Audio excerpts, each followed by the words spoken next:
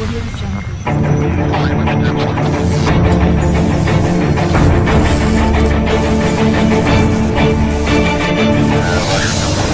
Audio Jungle. Okay, పరిశుద్ధ గ్రంథంలో నుండి ప్రకటన గ్రంథము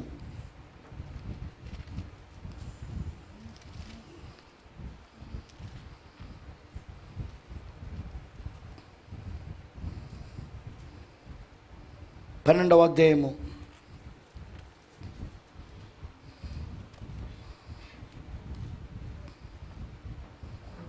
1వ వచనం చూద్దాం. అప్పుడు పరలోకమందు ఒక గొప్ప సూచన కనబడెను. అదేదనగా సూర్యుని ధరించుకున్న ఒక స్త్రీ, ఆమె పాదముల క్రింద చంద్రుడును, శిరస్సు మీద 12 నక్షత్రముల కిరీటమును ఉండెను. ఆమె గర్భిణి అయి ప్రసవ వేదన పడుచు ఆ నొప్పులకు కేకలు వేయుచుండెను. అంతటా పరలోకమందు ఇంకొక సూచన కనబడెను. ఇదిగో ఎర్రని మహాగడ్డ సర్పము, దానికి 7 తలలను 10 కొమ్ములను ఉండెను. దాని తలల మీద 7 కిరీటములు ఉండెను. దాని తోక ఆకాశ నక్షత్రములలో మూడవ భాగము ఈడ్చి వాటిని భూమి మీద పడవేసాను.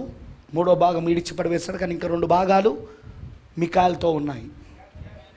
ఓకేనా? కననైన ఆ స్త్రీ కనగానే ఆమె శిశువును మృంగవేయాలనని ఆ గడ సర్పము స్త్రీ ఎదుట నిలిచుండెను. సమస్త జనములను ఇనుప దండముతో ఏలనై ఉన్న ఒక మగ శిశువును ఆమె కనగా, ఆమె శిశువు దేవుని యొద్దకును ఆయన సింహాసనమునకు కొనిపోబడెను. ఆ స్త్రీ అరణ్యమునకు పారిపోయెను.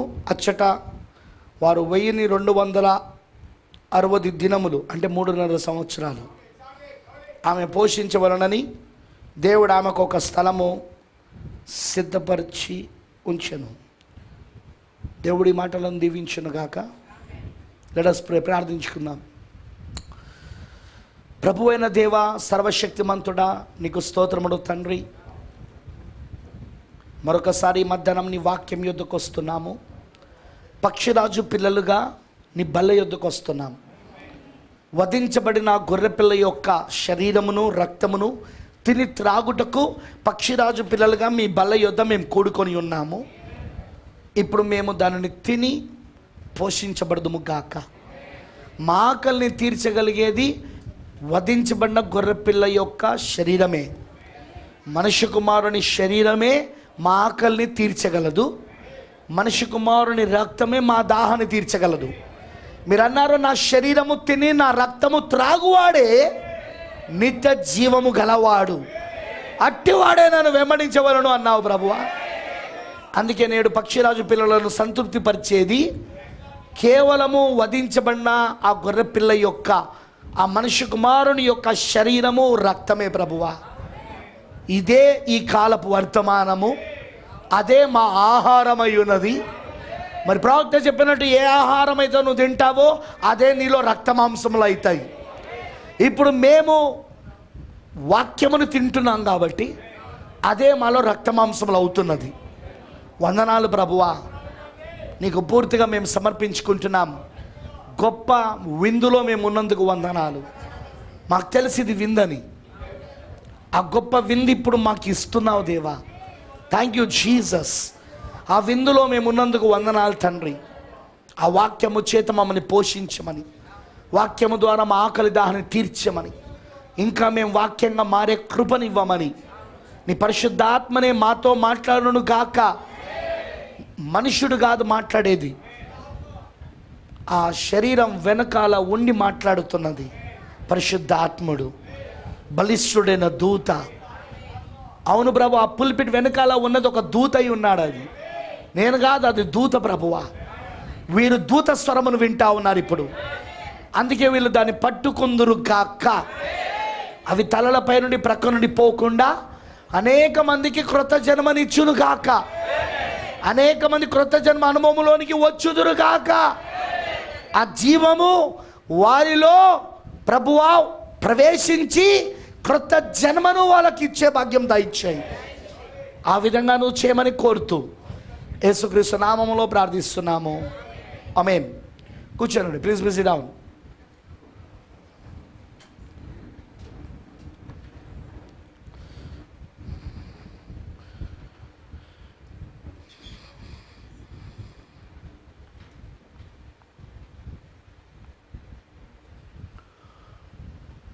ప్రేమైన దేవుని పిల్లలారా, జాగ్రత్తగా దేవుడు ఒక వాక్యమును మీరు వినాలని నేను కోరుతున్నాను. పిల్లలు జాగ్రత్తగా ఉండండి.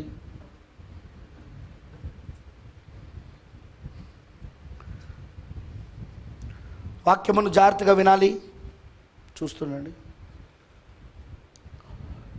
Today I want to go your small subject. ఒక చిన్న అంశం మీద మాట్లాడాలనుకున్నాను. వాక్యం అసలు ఒక వ్యక్తిలోనికి ఎలా శరీరం అవుతుంది, how the word will become the blood and flesh, రక్తమాంసములు అవుతుంది. దాన్ని ఈరోజు నేను మాట్లాడగోరుతున్నాను. ప్రవక్త దాని గురించి చెప్పిన దాన్ని నేను మీకు చదివి వినిపించబోతున్నాను. ఆమేన్. బ్రదర్ బ్రానమ్ ఇలా మాట్లాడుతున్నాడు. ఒక వ్యక్తికి కొత్త జన్మ లేకపోతే అతను పశువుతో సమానమని ప్రవక్త చెప్పాడు. Without the Holi Ghost he is the equal to animal. పరిశుద్ధాత్మ లేనివాడు పశువుతో సమానం. పశు వాంఛలు అతనిలో ఉంటాయి, మృగం యొక్క కోరికలు అతనిలో ఉంటాయి. అతను ఒక మృగం యొక్క స్వభావాన్ని కలిగి ఉంటాడు. నిజం అది. పరిశుద్ధాత్మ లేకపోతే, పరిశుద్ధాత్మ లేకపోతే మనిషి ఒక మృగం అన్నాడు ప్రవక్త. అందుకే అతని కోరికలు, అతని ఆశలు, అతని లక్ష్యాలు, అతని ప్రవర్తన, అతని క్రియలు, ఎవ్రీథింగ్, ప్రతిదీ కూడా పశువు వలె, మృగం వలె ఉంటాయి.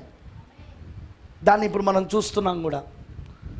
కానీ అదే ఒక వ్యక్తి కనుక పరిశుద్ధాత్మతో నింపబడితే, పరిశుద్ధాత్మ బాప్తిజమును పొందుకొని ఉంటే కనుక అతను క్రొత్త జన్మ, పరిశుద్ధాత్మ చేత క్రొత్త జన్మ పొందుకుంటే ఆ వ్యక్తి దేవుని కుమారుడుగా ఉంటాడు. ఆ వ్యక్తి దేవుని కుమార్తెగా ఉంటుంది. ఇంకో విధంగా చెప్పాలంటే దేవుని వలె ఉంటారు వాళ్ళు. They will be just like God. వాళ్ళు దేవుని వలె ఉంటారు. వాళ్ళు ఆ దేవుని స్వరూపం వాళ్ళలో ఉంటుంది, ఆ దేవుని పోలిక వారిలో ఉంటుంది. ఆమేన్, హల్లెలూయా. ఎందుకు అంటే దేవుని యొక్క ఆత్మ వారిలో నివసిస్తుంది కాబట్టి, హోలీ గోస్ట్ పరిశుద్ధాత్మ వాళ్ళలో ఉన్నాడు కాబట్టి, ఇకను వాళ్ళ కోరికలు, వాళ్ళ ఆశలు, వాళ్ళ లక్ష్యాలు, వాళ్ళ ప్రవర్తన, వాళ్ళ నడవడిక, వాళ్ళ యొక్క సమస్తము కూడా వాక్యానుసారంగా ఉంటుంది. కారణం ఏంటంటే పరిశుద్ధాత్మ యొక్క బాప్తిస్మము ఒక వ్యక్తికి ఏం చేస్తుందంటే వాక్యాన్ని తీసుకొని ఆ వ్యక్తిలో సజీవం అవునట్లు చేస్తాడు. అది బైబిల్లో ఉన్నంతసేపు అక్షరాలు, అక్షరం చంపును. కానీ ఆత్మ ఏం చేస్తుందంటే అక్షరాన్ని తీసుకొని ఏ ఎన్నుకోబడిన పాత్ర అయితే ఉన్నదో ఆ ఎన్నుకోబడిన పాత్రలో జీవింపజేస్తాడు. And that is the Holi ghost baptism. అదే పరిశుద్ధాత్మ బాప్తిజం అయి ఉన్నది. ఎగరడం పరిశుద్ధాత్మ బాప్సం కాదు, నాట్యం ఆడడం పరిశుద్ధాత్మ బాప్సం కాదు, కేకలేయడం పరిశుద్ధాత్మ బాప్సం కాదు, వణికిపోవడం పరిశుద్ధాత్మ బాప్సం కాదు. ఓకే, అవన్నీ మంచివే, కాదంటలేను. గుడ్, అవన్నీ ఉద్రేకాలు, అవన్నీ వాక్యం విన్నప్పుడో, పాటలు పాడుతున్నప్పుడో, స్తుతి చేస్తున్నప్పుడో ఒకలాంటి ఉద్రేకాలు అవి. కానీ నిజంగా పరిశుద్ధాత్మ ఏం చేస్తుందో తెలుసా? ఒక వ్యక్తి పరిశుద్ధాత్మతో నింపబడితే ఈ లేఖనాలు, ఈ అక్షరాలు అక్కడున్నంతసేపు అవి అవి అవి అవి అక్షరాలే. వింటున్నారా? వాటిలో ఎలాంటి జీవం లేదు. కానీ ఆ అక్షరాలను తీసుకొని జీవముని ఇవ్వగలిగిన పరిశుద్ధాత్మ, ఈ అక్షరాలను జీవింపజేయగలిగిన పరిశుద్ధాత్మ ఈ అక్షరాలను తీసుకొని నీలో జీవింపజేయడం మొదలు పెడతాడు ఆయన. అదే పరిశుద్ధాత్మ బాప్తిజమం. నువ్వు పరిశుద్ధాత్మ బాప్సం పొందుకున్నావా అని నిన్ను ప్రశ్న అడిగితే, పాస్టర్ గారు మీరు వాక్యం చెప్పేటప్పుడు నేను కేకలు వేశాను పాస్టర్ గారు పాటలు పాడుతున్నప్పుడు నేను నాట్యం ఆడాను, ఏదో నాకు చల్లటి గాలి నన్ను తాకినట్టు అనిపించింది, వాళ్ళంతా పులికరింతలు వచ్చినాయి. గుడ్, మంచిది, ఓకే, దానికి నేను వ్యతిరేకిని కాదు. నేను అడుగుతున్నది ఏంటంటే, నువ్వు పరిశుద్ధాత్మను పొందుకున్నావా? నీకు పరిశుద్ధాత్మ బాప్తిజమం వచ్చిందా? ఎలా చెప్పగలం పాస్టర్ గారు? వెరీ సింపుల్, ఈ వాక్యం నీలో సజీవమవుతుంది. This word will become alive in your life. ఈ వాక్యం నీలో సజీవమవుతుంది, నీ జీవితంలో సజీవమవుతుంది. అందుకే నీ మాటలు వాక్యంగా ఉంటాయి, అందుకే నీ చూపులు వాక్యంగా ఉంటాయి, అందుకే నీ వస్త్రధారణ వాక్యంగా ఉంటుంది, అందుకే నీ లక్ష్యాలు వాక్యంగా ఉంటాయి, అందుకే నీ కోరికలు వాక్యంగా ఉంటాయి, అందుకే నీ ప్రవర్తన, నీ నడవడిక, నువ్వు ఎంచుకుంటున్న మార్గం ప్రతిదీ వాక్యంగా ఉంటుంది. జస్ట్ లైక్ జీసస్, యేసులాగా, యేసు వలె, యేసు పోలికగా నువ్వు మలచబడతా ఉంటావు. అప్పుడు నువ్వు చెప్పచ్చు, నేను పరిశుద్ధాత్మ బాప్తిజమమును పొందుకున్నాను, ఎందుకంటే నేను వాక్యంగా మారిపోతా ఉన్నాను, నా ఆలోచనలు వాక్యముగా ఉన్నాయి, నా తలంపులు వాక్యంగా ఉన్నాయి, నా లక్ష్యాలు వాక్యంగా ఉన్నాయి.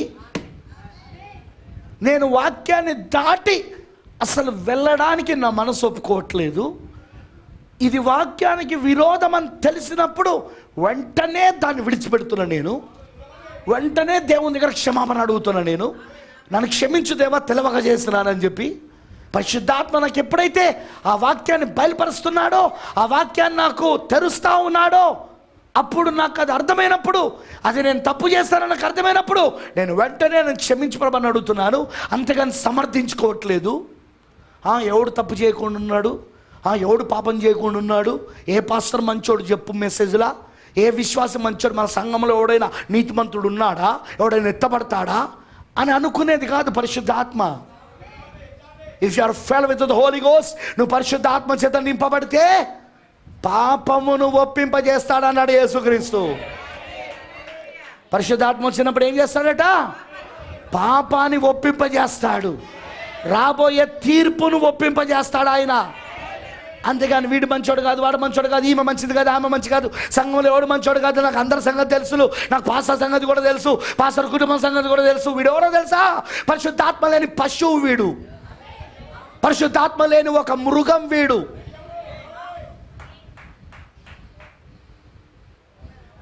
కానీ నువ్వు పరిశుద్ధాత్మతో నింపబడితే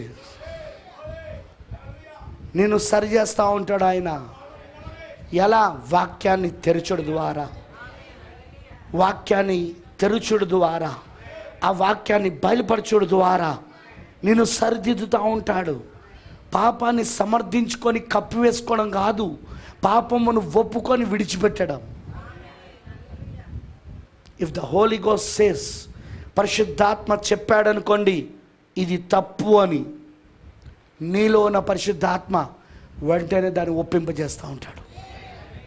ఇక్కడ ఉన్న పరిశుద్ధాత్మ వాక్యాన్ని తీసుకొని ఇది తప్పు సిస్టర్, ఇది తప్పు బ్రదర్ అని చెప్తున్నాడు అనుకో, నువ్వు ఆ టేప్స్ వింటున్నప్పుడు, ప్రవక్త టేప్స్, అందులో ఉన్న పరిశుద్ధాత్మ ఇది తప్పు అది తప్పు అని చెప్తున్నాడు అనుకో, నువ్వు వర్తమాన పుస్తకం తీసుకొని ఆ వర్తమాన పుస్తకాలు చదువుతూ, అందులో ప్రవక్త, పరిశుద్ధాత్మ ప్రవక్తలో ఉండి నీతో మాట్లాడుతూ ఉంటాడు.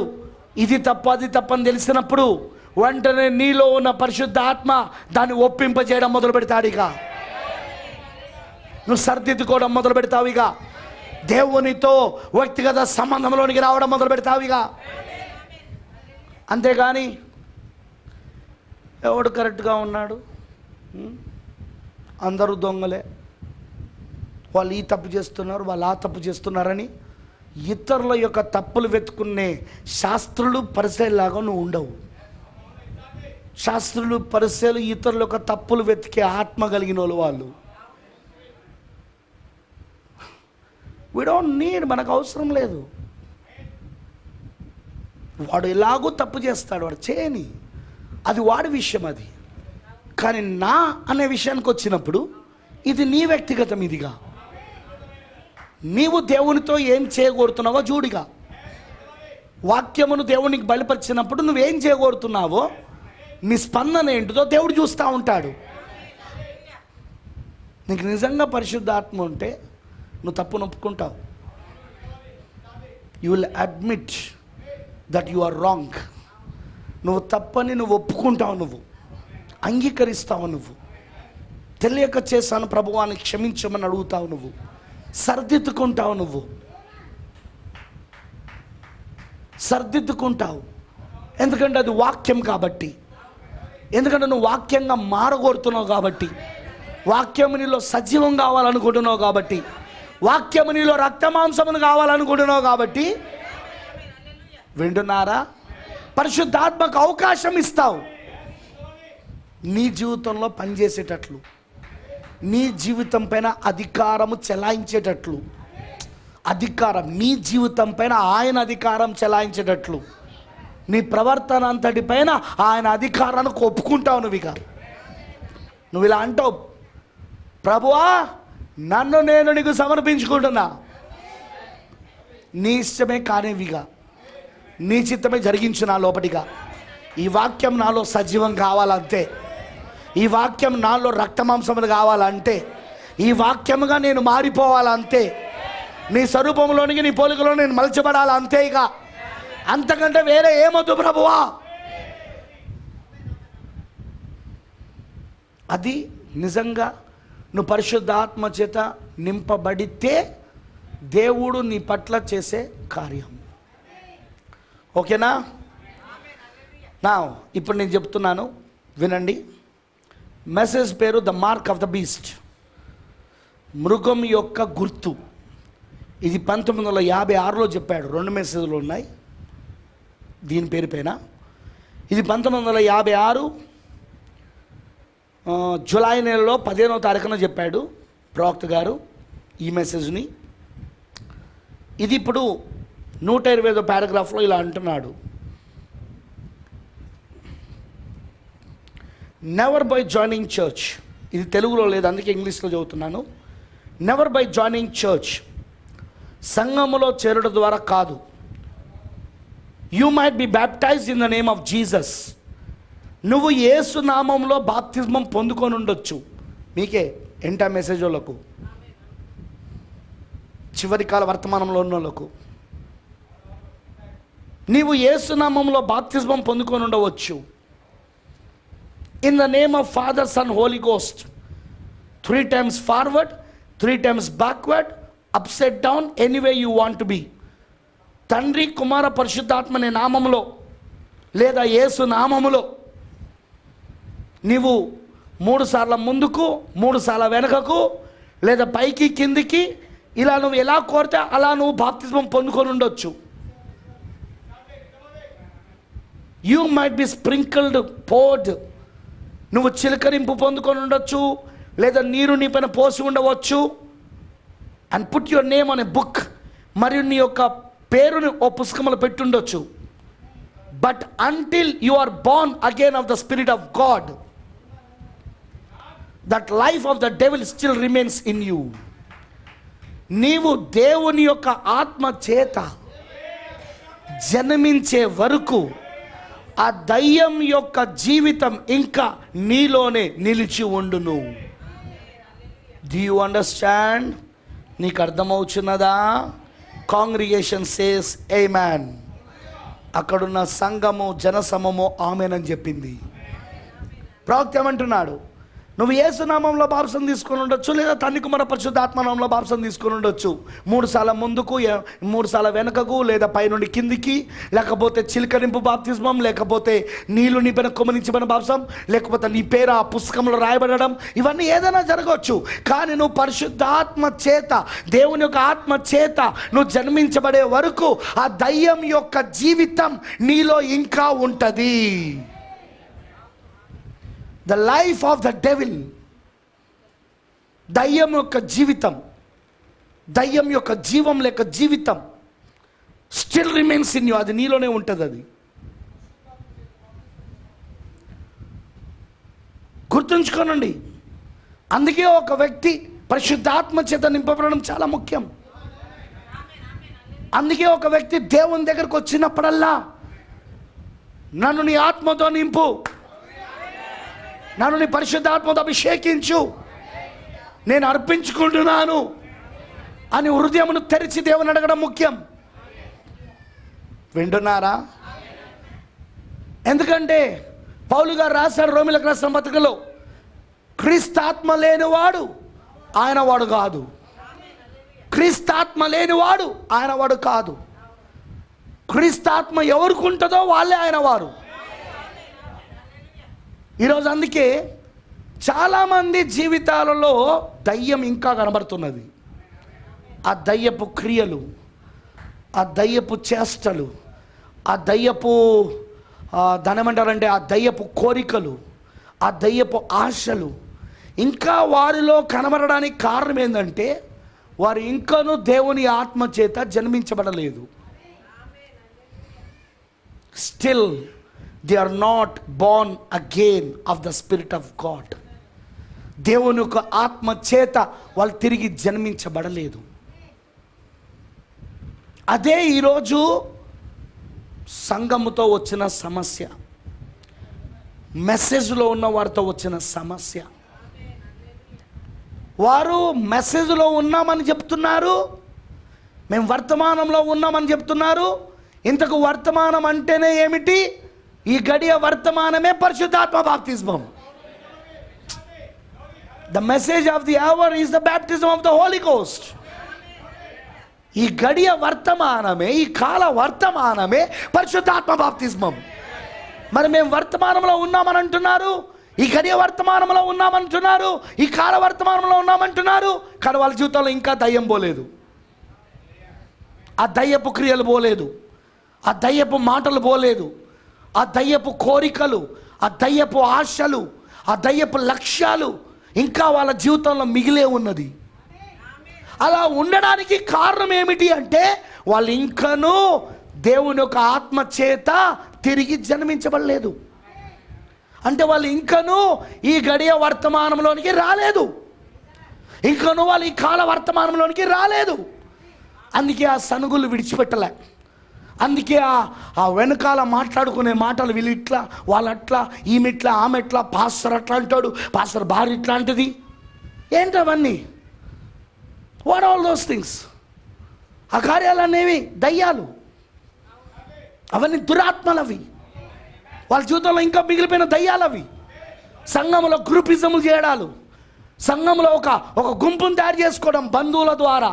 మనందరం ఒకటే సామాజిక మందిరం, సామాజిక సంబంధికులం మనం. అదిగో ఆ పాస్టర్ మన సామాజికమైనోడు కాదు మనకు. ఆ పాస్టరు తాను ఏ సమాజానికి సంబంధించిన వాడై ఉంటాడో వాళ్ళనే సంఘ పెద్దలుగా చేయడం,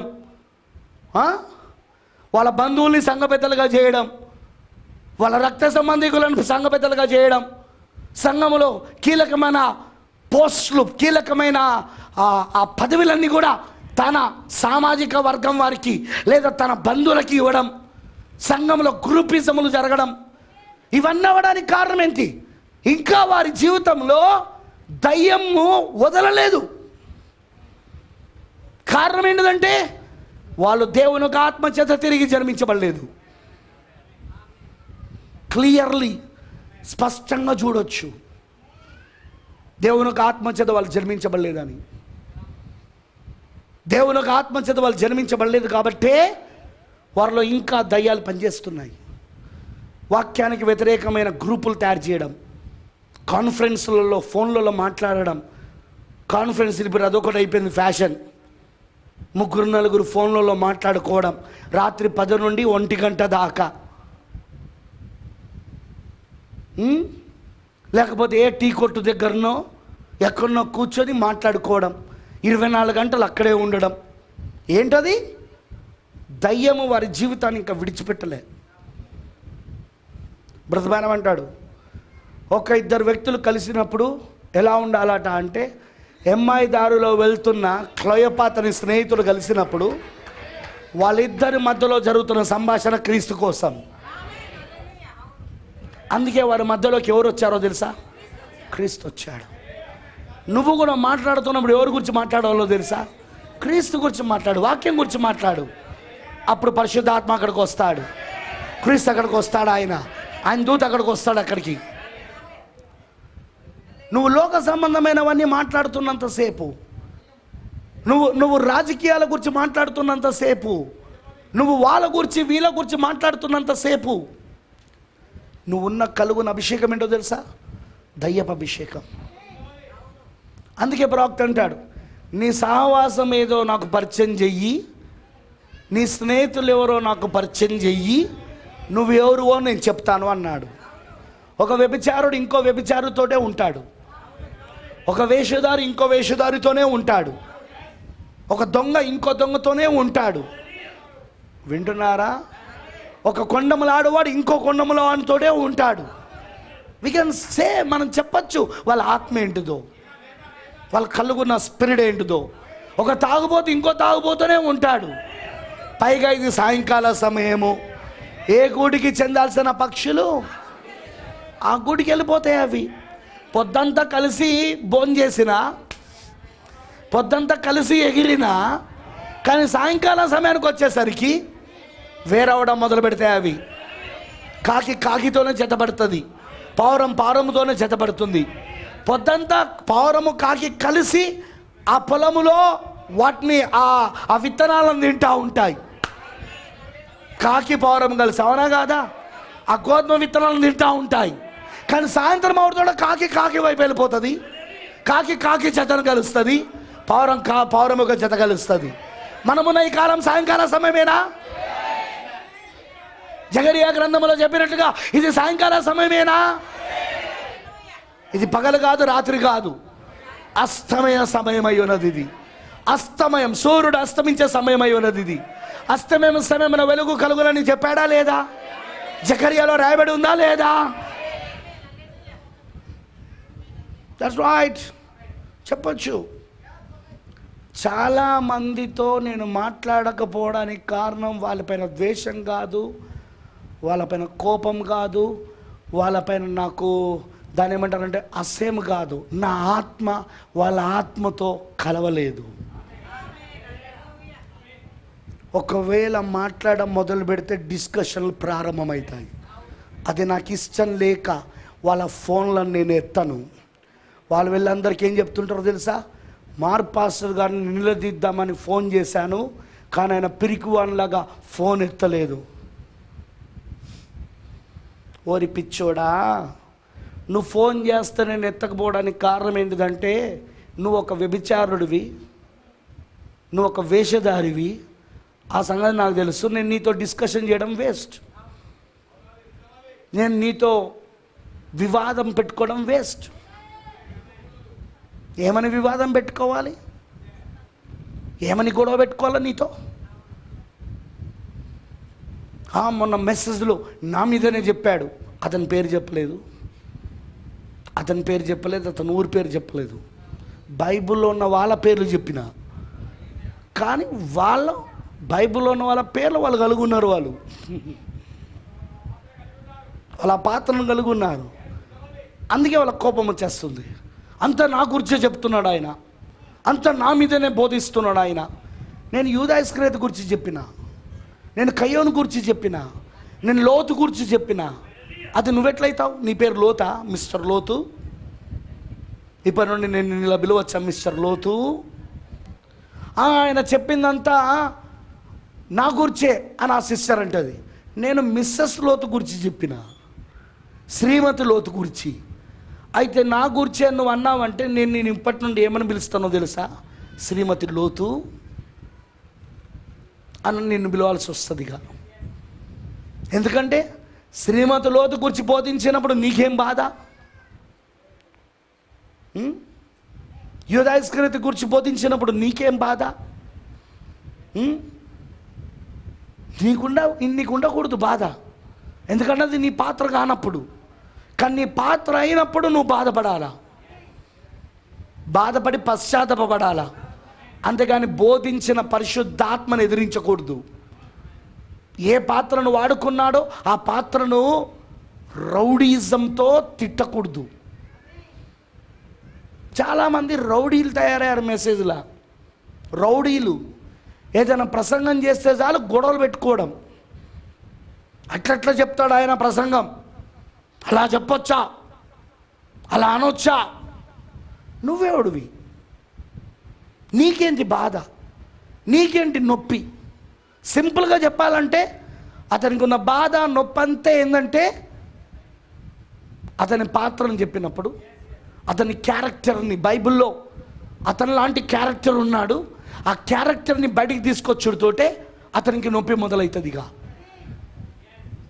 కానీ నేను ఎప్పుడు వాళ్ళ క్యారెక్టర్నే బయటికి తీసుకురాను, లోతు క్యారెక్టర్నే బయటికి తీసుకురాను, పక్కన అబ్రామ్ క్యారెక్టర్ కూడా తీసుకొస్తా.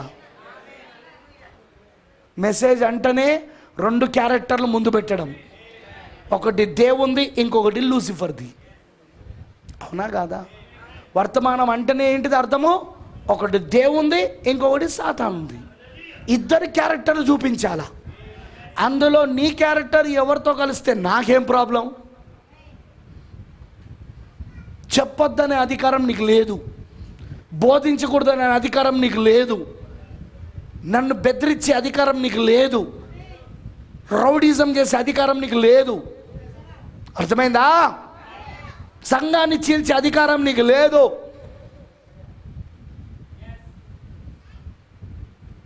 ఎందుకంటే ఆ 2 క్యారెక్టర్స్ బైబిల్లో ఉన్నాయి, పరిశుద్ధ గ్రంథంలో ఉన్నాయి, పరిశుద్ధాత్మ రాశాడు. ఇదంతా రాసింది పరిశుద్ధాత్మని ఎంతమంది నమ్ముతున్నారు? పాత్రలు ఆ ప్రవక్తలు, కానీ రాసింది మాత్రం ప్రవక్తలో ఉన్న పరిశుద్ధాత్మ, శిష్యులలో ఉన్న పరిశుద్ధాత్మ. సో రాసింది పరిశుద్ధాత్మ అయితే, ఈ గ్రంథ రచయిత పరిశుద్ధాత్మ అయితే, ఇప్పుడు నాలో కూడా పరిశుద్ధాత్మ ఉంటే ఈ రెండింటిని చూపిస్తాడు కదా. ప్రవక్తలో ఉన్నప్పుడు అదే చూపించాడు. మీరు ఏ వర్తమానమైనా తీసుకొని నా ముందు పెట్టండి, 1216 వర్తమానంలో 2 పాత్రలు ఆయన తీసి చూపించడం నేను చూపిస్తాను. ఒకటి దేవుంది, ఇంకొకటి సాతానుడిది. 2 పాత్రలు ఉంటాయని చెప్పిన మెసేజ్లా ఆయన చెప్పే వర్తమానంలో, ఒకటి పక్షిరాజు, ఇంకోటి కాకి. ఖచ్చితంగా ఉంటుంది. ఒకటి పక్షిరాజు, ఇంకోటి గ్రద్ద, ఒకటి పౌరం, ఇంకొకటి కాకి. ఖచ్చితంగా ఆయన చూపిస్తూ ఉంటాడు ఆయన. And that is the preaching, అదే ప్రసంగం. కాకి గురించి మాట్లాడినప్పుడు కాకులకు భయం కలుగుతూ ఉంటుంది, కాకులకు బాధ కలుగుతూ ఉంటుంది, కాకులకు మొత్తం నొప్పులు కలుగుతూ ఉంటాయి. అదే పౌరం గురించి మాట్లాడుతున్నప్పుడు పౌరాలకు సంతోషం కలుగుతూ ఉంటుంది. ఈరోజు దేవుడు నాతో మాట్లాడాడంటూ ఉంటాయి, ఈరోజు దేవుడు నన్ను బలపరిచాడంటూ ఉంటాయి. ఆ విధంగా చెప్పారంటే ఎవరు బాధ వాళ్ళది.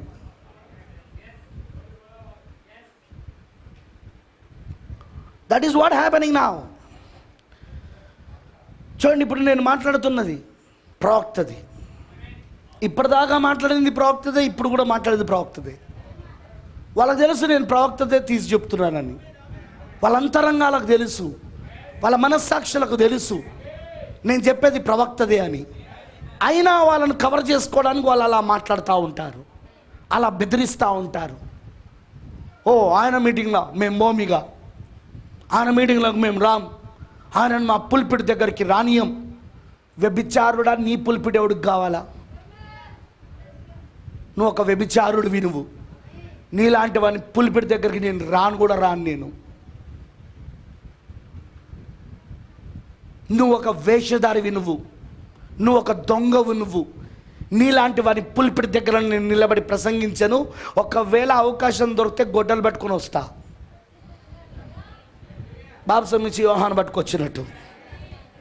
ఎందుకంటే ఇది ఏలియా ఆత్మ, ఇది తీసుకొచ్చి చెట్టి వేళ్ళని నరకడమేగా. పునాదులు కదిలిస్తా అక్కడ, పునాదులు కదులుతాయి అక్కడ, అంతే. కొందరు అంటుంటారు, ఆ మార్పాస్తన్న మేము రానియమండి, మా చర్చకు రానియమండి, మేము ఆయనను పిలవమండి, మేము ఆయన మీటింగ్లకు రానియమండి. ఎవరు రామంటున్నాడు? నాకేం పని లేకుండా ఉన్నాను ఇక్కడ, ఈగలు దొమ్మలు కొట్టుకుంటూ కూర్చున్నా నేను. I'm very busy person. నాకు దేవుని పనిలో చాలా చాలా పని ఉంది కాబట్టి బిజీగా ఉన్నా నేను. నా సొంత సంఘాన్ని చూసుకోవడానికే నాకు చాలా పని ఉంది. నేను బయటికి వెళ్తున్నాను అంటే అది ఎక్స్ట్రా టైం, అది ఎక్స్ట్రా కష్టపడుతున్నా నేను, శ్రమ పడుతున్నా నేను. ఎందుకంటే నేను బయటికి వెళ్ళాల్సిన అవసరం నాకు లేదు. సంఘం లేనోని గురించి మాట్లాడే మాట, 350 మంది సంఘం ఉన్నారు నాకు. వరంగల్, నర్సంపేట్, సికింద్రాబాద్, మహబూబాద్ ఇవన్నీ కలిపితే కానీ నేను వెళ్తున్నాను అంటే కేవలం ఒకటే, ఆ సంఘాన్ని బలపరచడానికి. ఆ పొలంలో కూడా ఆ పనివానికి జతగా నేను వెళ్ళి నేను చేయగలిగిన సాయం చేయడానికి, అంతే తప్ప ఇంకేం కాదు.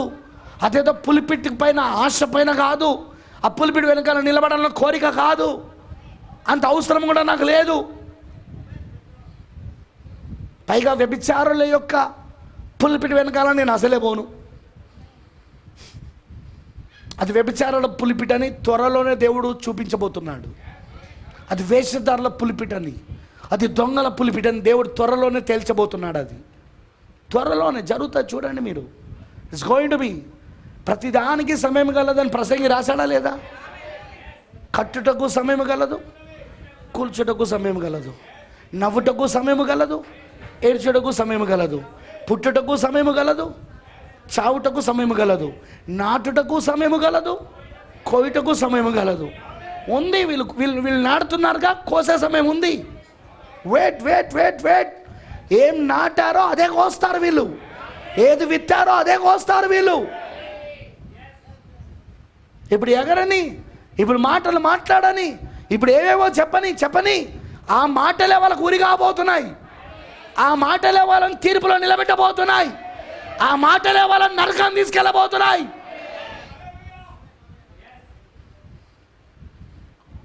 ఆమేన్, హల్లెలూయా. దేవుడికి మహిమ కలుగును గాక.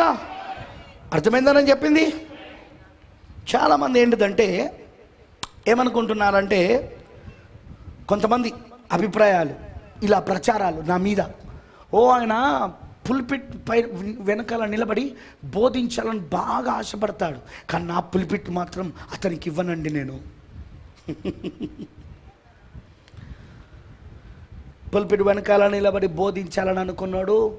వాడెవడు అంటే వానికి పుల్పిట్, వానికి సొంత పుల్పిట్ లేక, వానికి సొంత సంఘం లేక, ఈగలు దోమలు కొట్టుకుంటూ కూర్చుంటాడు చూడు ఇంట్లో, వాడికి, నాలాంటి వాడికి కాదు. ఎందుకంటే అలాంటి పులిపిటికి వెళ్ళినప్పుడు కూడా ఎందుకో పరిశుద్ధాత్మ ప్రసంగాన్ని మార్చేస్తాడు. అక్కడ పెద్ద సుత్తని పట్టుకొని కొట్టడం మొదలు పెడతా ఉంటా. ఎందుకో నాకే తెలియదు ఆ విషయం. ఆమేన్, హల్లెలూయా. దేవుడికి మహిమ కలుగును గాక. జాగ్రత్త వినండి. దయ్యము ఇంకా అనేక మంది జీవితాలలో ఉన్నాడు, ఆ దయ్యపు జీవితం ఉన్నది అనడానికి కారణం ఏంటిదంటే, వాళ్ళు ఇంకనూ పరిశుద్ధాత్మతో జన్మించబడలేదు. వాళ్ళు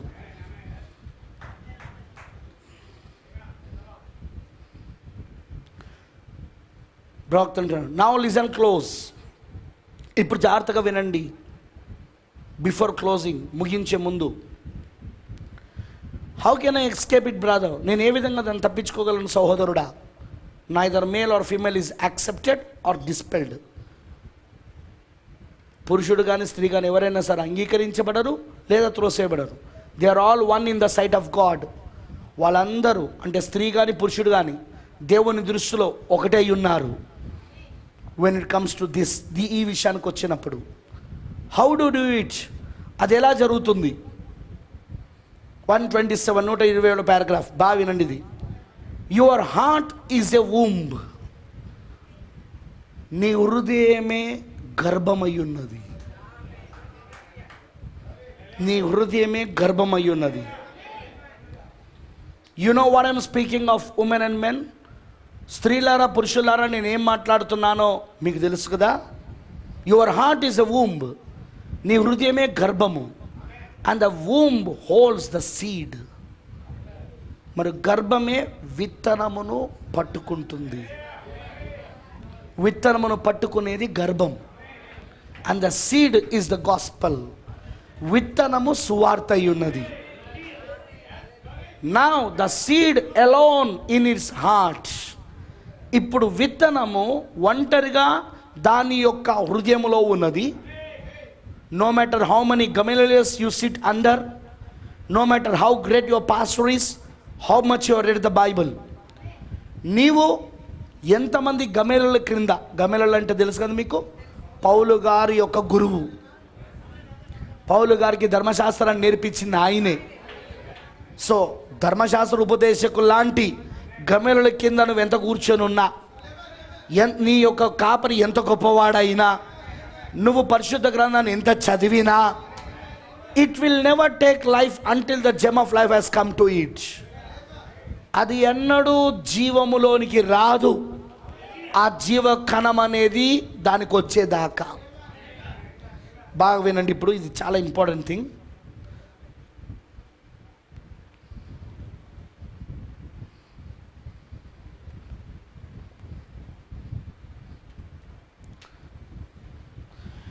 ఏ women's seed is a wonderful thing. ఒక స్త్రీ విత్తనము అనున్నది ఒక అద్భుతమైన కార్యము. It's the building of the body, but it has no life. అది శరీరమును కట్టడమై ఉన్నది, కానీ దాంట్లో జీవం లేదు. ఏది? స్త్రీ విత్తనం. శరీరాన్ని కట్టగలది, కానీ అందులో జీవం ఉండదు. ఇట్ కాంట్, అది జీవం ఉండదు. ఇట్స్ ఇంపాసిబుల్, అది అసాధ్యం. ఇట్ హాస్ నో లైఫ్, దాంట్లో జీవం ఉండదు. అందుకే ప్రవక్త అంటాడు, కోడి పెట్ట తను పెట్టిన గుడ్డుని పొదిగాలంటే అది ఖచ్చితంగా కోడి పుంజుతో ఉండాలి. ఎంతమంది తెలుసు ఆ విషయం? కోడి పుంజుతో ఉంటేనే అది పెట్టిన కోడి యొక్క గ్రుడ్డు, ఆ కోడి పెట్ట గ్రుడ్డు పొదుగుతుంది. అది ఒకవేళ అది కోడి పుంజుతో ఉండకపోతే, మీకు అర్థమవుతుందా? కోడి పెట్టె కోడి పుంజు, మొగదో కోడి పుంజు, ఆడదో కోడి పెట్టె. సో ఆడకోడి అనగా కోడి పెట్టె దాని గుడ్డును అది పొదిగించాలంటే మగ కోడి అనగా కోడి పుంజుతో అది ఉండాల. ఎందుకంటే అది గుడ్డును మాత్రమే పెట్టగలదు, అది అది అది బాడీని, శరీరాన్ని మాత్రమే తయారు చేయగలదు. అది కానీ అందులో జీవం లేదు. ఎందుకంటే జీవం రావాలి అంటే అది మగ కోడితో ఉండాలి. అది అదే ఇక్కడ మాట్లాడుతూ ఉన్నది. A women seed is a wonderful thing. ఒక స్త్రీ విత్తనం ఒక అద్భుతమైన విషయమే. అది అది అది శరీరమును తయారు చేస్తుంది, అది కానీ అందులో జీవం లేదు. నో లైఫ్, అందులో జీవం రాదు, అది అసాధ్యం. అది it has no life to begin with. అది ప్రారంభము నుండే దాంట్లో జీవం ఉండదు. మీకు అర్థమైందా?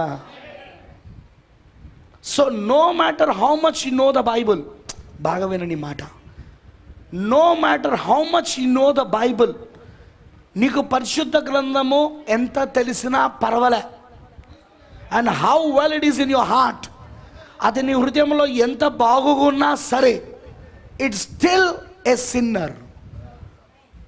You are a still a sinner. నువ్వు ఇంకను ఒక పాపివే. నీకు పరిశుద్ధ గ్రంథం ఎంత తెలిసినా, నీకు వాక్యం ఎంత తెలిసినా, నువ్వెంత బాగా దాన్ని చదివినా, దాన్ని ఎంతగా నీ హృదయంలో పెట్టుకున్నా, అయినా నువ్వు పాపివే. పట్టుకున్నారా మీరు? ఇప్పుడు చూడండి, ఇలా చెప్తున్నాడు ప్రవక్త 129 129 పారాగ్రాఫ్. నౌ వాట్ హ్యాపెండ్, ఇప్పుడు ఏం జరిగినది? The heart is the womb. ఇప్పుడు హృదయమే గర్భమై ఉన్నది. And the faith cometh by a open ear that's not been sealed by theology. మరి విశ్వాసం అనున్నది తెరవబడిన చెవి. ఏంటి? తెరవబడిన చెవ. ఎందుకంటే చాలామందికి వేదాంతము ద్వారా లేదా మానవ కల్పిత బోధలు, లేకపోతే సిద్ధాంతాలు, ఆచారాలు, సంఘక్రమాలు వాళ్ళ యొక్క చెవిని మూసేసినాయి. అందుకే ప్రవక్త ఏమంటున్నాడు అంటే చెవి తెరవబడి ఉండాల. ఓ మా పాస్టర్ ఇట్లా చెప్తున్నాడండి, మా పాస్టర్ చెప్పిందే మేము వినాలి, మా పాస్టర్కి మేము లోబడాలి, పాస్టర్ చెప్పినట్టు నువ్వు వినాలి, పాస్టర్కి ఎదురు చెప్పొద్దు, నువ్వు పాస్టర్కి లోబడాలి. ఏమైంది? వీని చెవు మూయబడి ఉన్నది, వీని చెవికి కొదరుతో రంధ్రం చేయబడి ఉన్నది. కదరుతో గుచ్చివేయబడి ఉన్నది. ఇక వీడు పాస్టర్ది తప్ప దేవుని వాక్య సువార్తను వినలేడిగా, సంఘం చెప్పింది తప్ప వేరే దేని వినలేడిగా వీడు. ఆ వేదాంతము ద్వారా విని చెవి మూయబడి ఉన్నది. బ్రదర్ బైనం అంటున్నాడు, faith cometh by open ear. తెరవబడిన చెవిలకు విశ్వాసం వస్తుంది, which was not sealed by theology. ఆ థియాలజీ చేత, ఆ వేదాంతము చేత, ఆ వేదాంత బోధ చేత వారి చెవులు మూయబడి లేవు, అది తెరవబడి ఉన్నాయి. అలాంటి వాటిలోనికే విశ్వాసం వస్తుంది. వింటున్నారా నేను చెప్పింది? అందుకే నువ్వు పాస్టర్కి లోబడాలి, నువ్వు పాస్టర్ చెప్పినట్టే వినాలి, పాస్టర్ని ప్రశ్నించొద్దు, నువ్వు సంఘక్రమాన్ని దాడుతున్నావు. నువ్వు వీడేం చేస్తున్నాడో తెలుసా? కదురుతో తీసుకొని నీ షోకి పొడుస్తున్నాడు. ఇప్పుడు నీ షోని మూసేశాడు ఇప్పుడు వాడిగా. సంఘ శాఖలు సేమ్ థింగ్, సంఘ శాఖల బోధ అదే, సంస్థల బోధ అదే, అనేక చివరి కాల వర్తమాన సంఘాలలో ఉన్న బోధ అదే. మా పాస్టర్ చెప్పాడు 7 ముద్రలు అక్కర్లేదని. మా పాస్టర్ చెప్పాడు మాకు మర్మములు తెలుసుకోవాల్సిన అవసరం లేదని. ఆ పెద్దయ్య గారు వచ్చి మాకు చెప్పాడు మర్మరాలు అక్కర్లేదని. అందుకే వీళ్ళకి ఎప్పుడు విశ్వాసం రాదు. ప్రవక్త అంటున్నాడు, నీ హృదయము గర్భమై ఉన్నది, మరియు విశ్వాసం ఎలా వస్తుందంటే తెరవబడిన చెవి ద్వారా, వేదాంతము చేత అది ముద్రించబడి లేదు ఆ చెవి. Amen. Faith cometh by hearing to hear. విశ్వాసము వినుట ద్వారా వస్తుంది. The word comes in to the mind. బాగా వినండి ఇప్పుడు ప్రవక్త చెప్పేది. ఫస్ట్ కండిషన్ ఏంటిదంటే నీ చెవి మూయబడి ఉండద్దు వాక్యానికి. మూయబడి ఉండడం అంటే అర్థం ఏంటిదో తెలుసా? ఇతరమైన సిద్ధాంతాల ద్వారా ఇది ముద్రించబడి ఉండడం, ఇక మూయబడి ఉండడం, కదురుతో రంధ్రం చేయబడి ఉండడం. ఇక ఇతరమైన సిద్ధాంతాలు, మానవ కల్పిత బోధలు, సంఘం యొక్క బోధలు, పాస్టర్ యొక్క బోధలు, అవన్నీ ఏం చేస్తాయంట? నిన్ను వాక్యం విననీయకుండా ఆల్రెడీ నీ చెవి మూయబడి ఉన్నది, ముద్రించబడి ఉన్నది. ముందు ఇది తెరవబడాల. ఇప్పుడు నువ్వు విశ్వాసము ఎలా పొందుకుంటావు అంటే వాక్యము తెరవబడిన ఆ చెవి ద్వారా నువ్వు పొందుకుంటావు. అది నేరుగా ఎక్కడికి వెళ్తుంది అంటే నీ మైండ్, నీ మనసులోకి వెళ్తుంది. వాక్యం ఎక్కడికి వెళ్తుంది? ఇప్పుడు చెవిలో నుండి మనసులోకి వెళ్తుంది. బాగా వినని మాట. మీకు జరిగే కార్యాలు చెప్తా ఉన్నా నేను, మనందరికీ జరిగేది ఇది ప్రవక్త చెప్పేది. ఇప్పుడు వాక్యం ఇప్పుడు ఎక్కడికి వెళ్ళిందంటే మనసులోనికి వెళ్ళింది. You makeup your mind about it. Is that right? Could that be right? Well, the Bible said so. అప్పుడు నీ మనసులో నువ్వు ఇలా అనుకుంటావు, అది నిజమేనా అంటే ఆ వాక్యం గురించి అది నిజమవుతున్నదా? అవును, మంచిది, పరిశుద్ధ గ్రంథం అలా చెప్తుంది కాబట్టి అది నిజమే. అది పరిశుద్ధ గ్రంథం అలా చెప్తుంది కాబట్టి అది నిజమే. I believe it. నేను దాన్ని నమ్ముతా ఉన్నా. ఎక్కడ? మనస్సులో, ఇంకా హృదయంలోనికి రాలే. వాక్యం వినడం ద్వారా విశ్వాసం వస్తుంది. కానీ విశ్వాసం వాక్యం వినడం ద్వారా రావాలంటే ముందు నీ చెవు కదురు వేయబడకూడదు, నీ చెవి మూయబడి ఉండకూడదు, తెరవబడి ఉండాల. అప్పుడు అక్కడ నుండి అది ఎక్కడికి వెళ్తుందంటే మనసులోకి వెళ్తుంది. మనసులో నీకేమొస్తుందంటే ఇది నిజమేనా, ఈ విన్నదంతా ఇది సత్యమేనా అంటే మంచిది, అది బైబిల్లో ఉంది కాబట్టి అది సత్యమే, నేను దాన్ని నమ్ముతా ఉన్నా అంటది. అది బైబిల్లో ఉంది కాబట్టి. అమనండారా? ప్రార్థన. Hush down in the heart it goes. అప్పుడు అది హృదయ లోతులోనికి వెళ్తుంది. అది వాక్యం ఎలా వెళ్తుందో అర్థమవుతా ఉన్నదా? ఫస్ట్ చెవి నుండి, మరి వినకుండా పడుకున్న వాళ్ళ సంగతి ఏంది? వినకుండా పడుకునే వాళ్ళ సంగతి ఏంది? అసలు వింటనే లేరా, ఎట్లా పోతుంది లోపలికి? చర్చికి వచ్చి కూర్చొని నిద్రపోతున్నారు చూడండి, రెగ్యులర్ నిద్రపోయే విశ్వాసులు. వాళ్ళని విశ్వాసులను నేను ఎందుకంటానంటే చర్చిలో ఉన్నారు కాబట్టి, కాదని నాకు కూడా తెలుసు. అందుకే వాళ్ళకి ఎప్పుడు విశ్వాసం రాదు. ఇంకొంతమంది అక్కడ కూర్చుంటారు పరధ్యానం.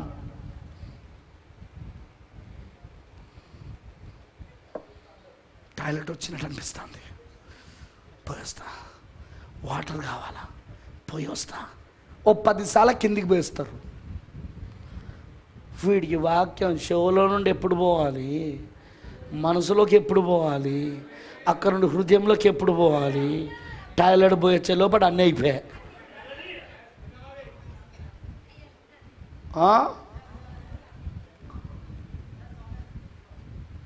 నిజం చెప్తాను నేను, ఎప్పుడు పోయి వస్తాడు ఇక?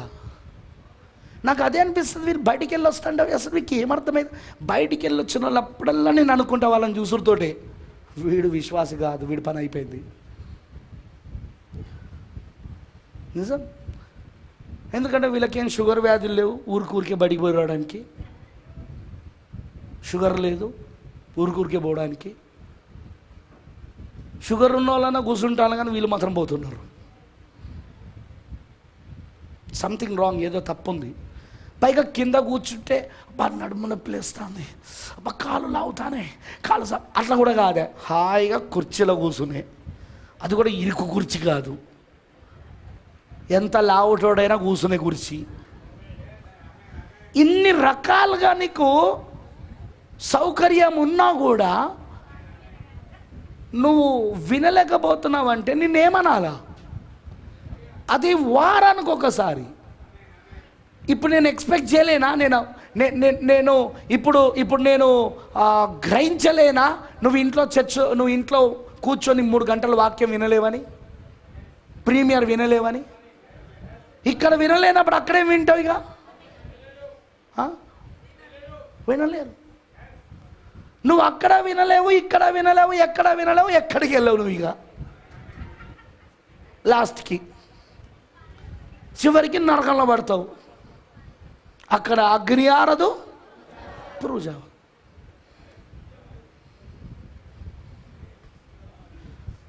అది నిజం. అది మాటికి గడియారం వైపు చూసేవాళ్ళు, ఇంకొంతమంది ఫోన్లు ఇట్లా కింద పెట్టుకుంటారు.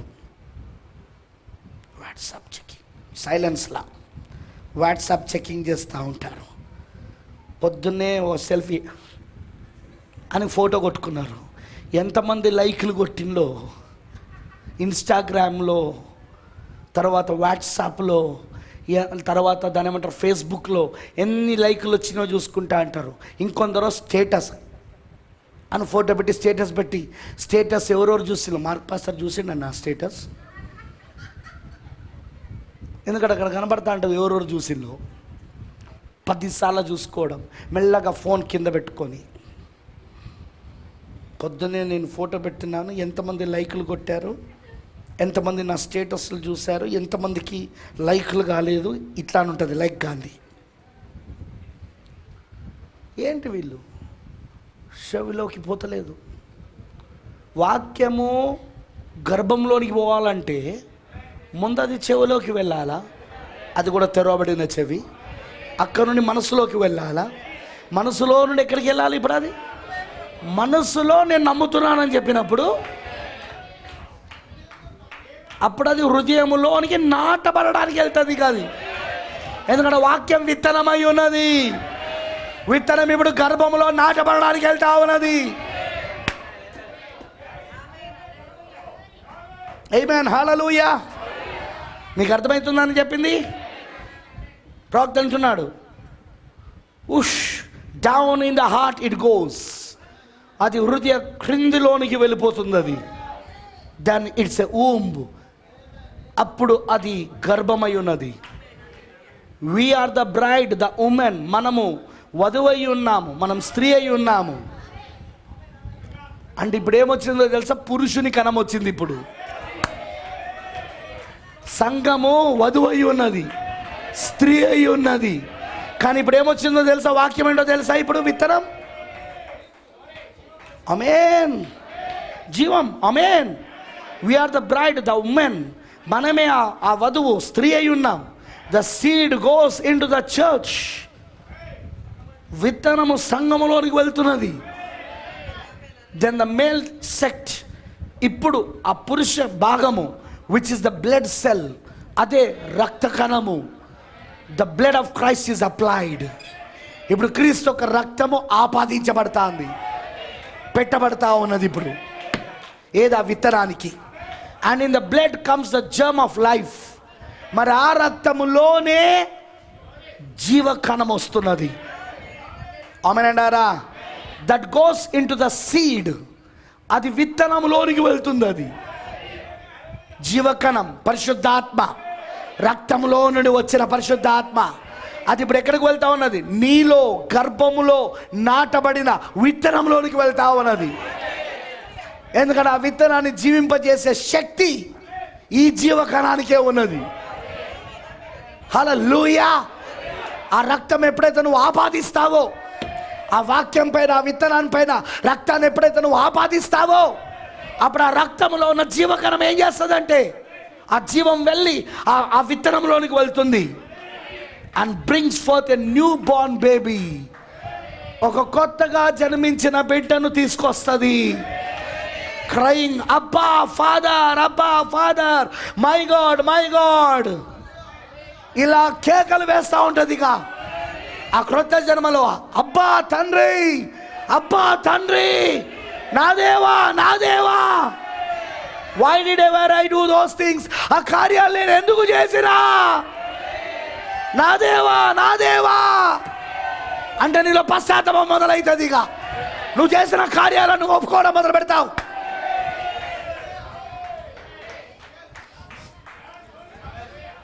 క్రొత్త జన్మలో జరిగే కార్యాలు అన్నమాట ఇవన్నీ.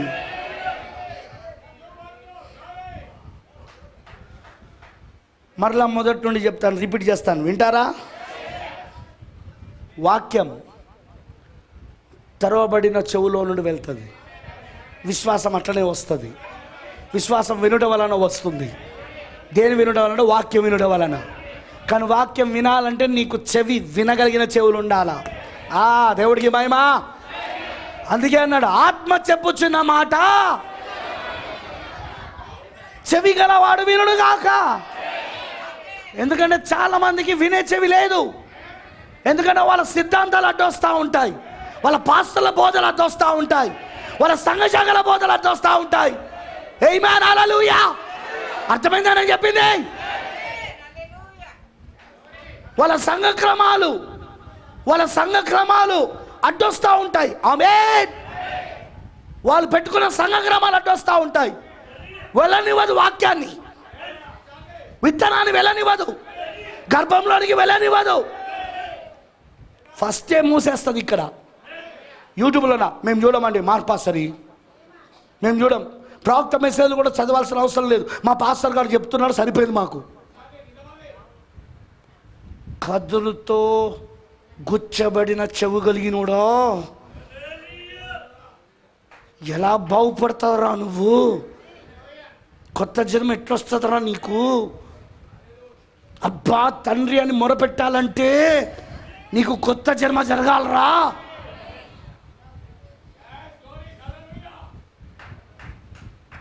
మాకు అక్కర్లేదండి. మా పాస్టర్ చెప్పాడు, మీరు చదివినా మీకు అర్థం కాదు, అందుకే పుల్పిట్ పైన నేనే మొదటి పేజీ నుండి చివరి పేజీ దాకా చదువుతా, వినండి.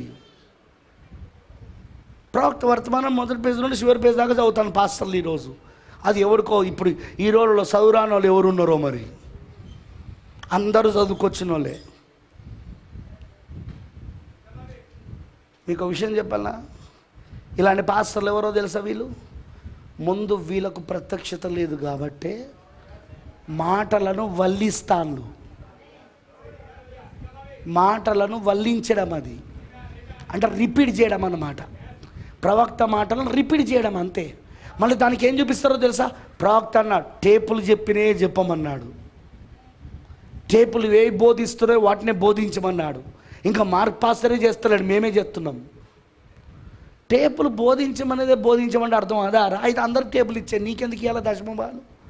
వాయిస్ ఆఫ్ గాడ్ పంపుతావు, నువ్వు అప్పుడు ముష్టెత్తుకుంటావు అయ్యా అవ్వా అని.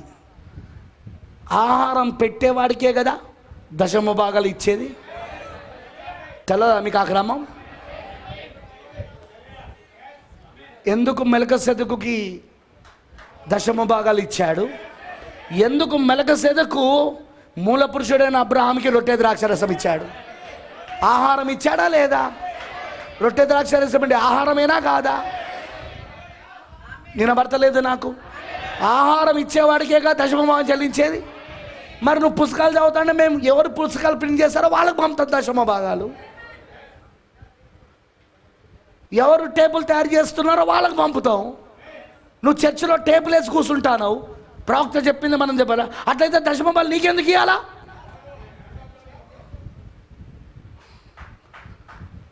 నువ్వు ఎట్లా క్రమం ప్రకారంగా దశమభాగాలు తీసుకుంటాను? ఏ క్రమం చొప్పున, ఏ లేఖనం చొప్పున? లేఖనం చొప్పున చూస్తే ఎవరు ఆహారం పెడితే వాళ్ళకి ఇవ్వాలా లేఖనం ప్రకారముగా. అయితే నువ్వు వాయిస్ ఆఫ్ గాడ్ పుస్తకాలు చదువుతున్నావు అంటే వాయిస్ ఆఫ్ గాడ్ వాళ్ళకి పంపుతాం మేము. వాయిస్ ఆఫ్ గాడ్ వాళ్ళకి టేపులు వేస్తున్నావు అంటే వాయిస్ ఆఫ్ గాడ్ వాళ్ళకి పంపుతాం. నీకెందుకు ఇవ్వాలా?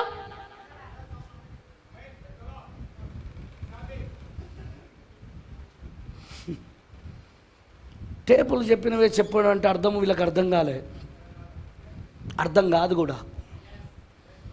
ఎందుకంటే వీళ్ళ ఆ జాతోలే, వీళ్ళు అర్థం కాని జాతి వీళ్ళది. వీళ్ళకి అర్థం కాదు, అర్థం కాని జాతి అదిగా. మనం చేసేది ఏం లేదు.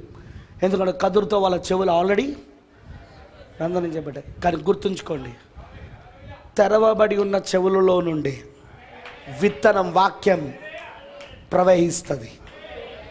ఫస్ట్ మనసులోకి వెళ్తుంది. మనసులో ఇది నిజమేనా అనిపిస్తుంది. బైబిల్ అలా చెబుతుంది కాబట్టి అది నిజమైన అంగీకరించి నేను దాన్ని నమ్ముతున్నాను అంటావు.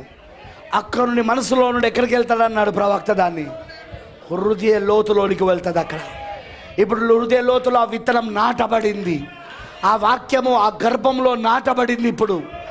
కానీ అది విత్తనముగా ఉన్నంతసేపు లాభం ఏమి లేదు. ఇప్పుడు దాన్ని జీవింపజేయడానికి పరిశుద్ధాత్మ జీవకణం రావాలంటే రక్తమును దానిపైన ఆపాదించాలా. మరి ఎప్పుడైతే రక్తమును ఆపాదిస్తావో ఆ రక్తములో ఉన్న జీవకణము వెళ్ళి ఆ విత్తనాన్ని తిరిగి జీవింపజేసినప్పుడు అప్పుడు నీలో క్రొత్త జన్మ జరుగుతా ఉన్నది. అప్పుడు వీళ్ళు అంటున్నారు, అబ్బా తండ్రి, అబ్బా తండ్రి, నా దేవా, నా దేవా, నేనెందుకు ఆ కార్యాలు చేశాను? నేను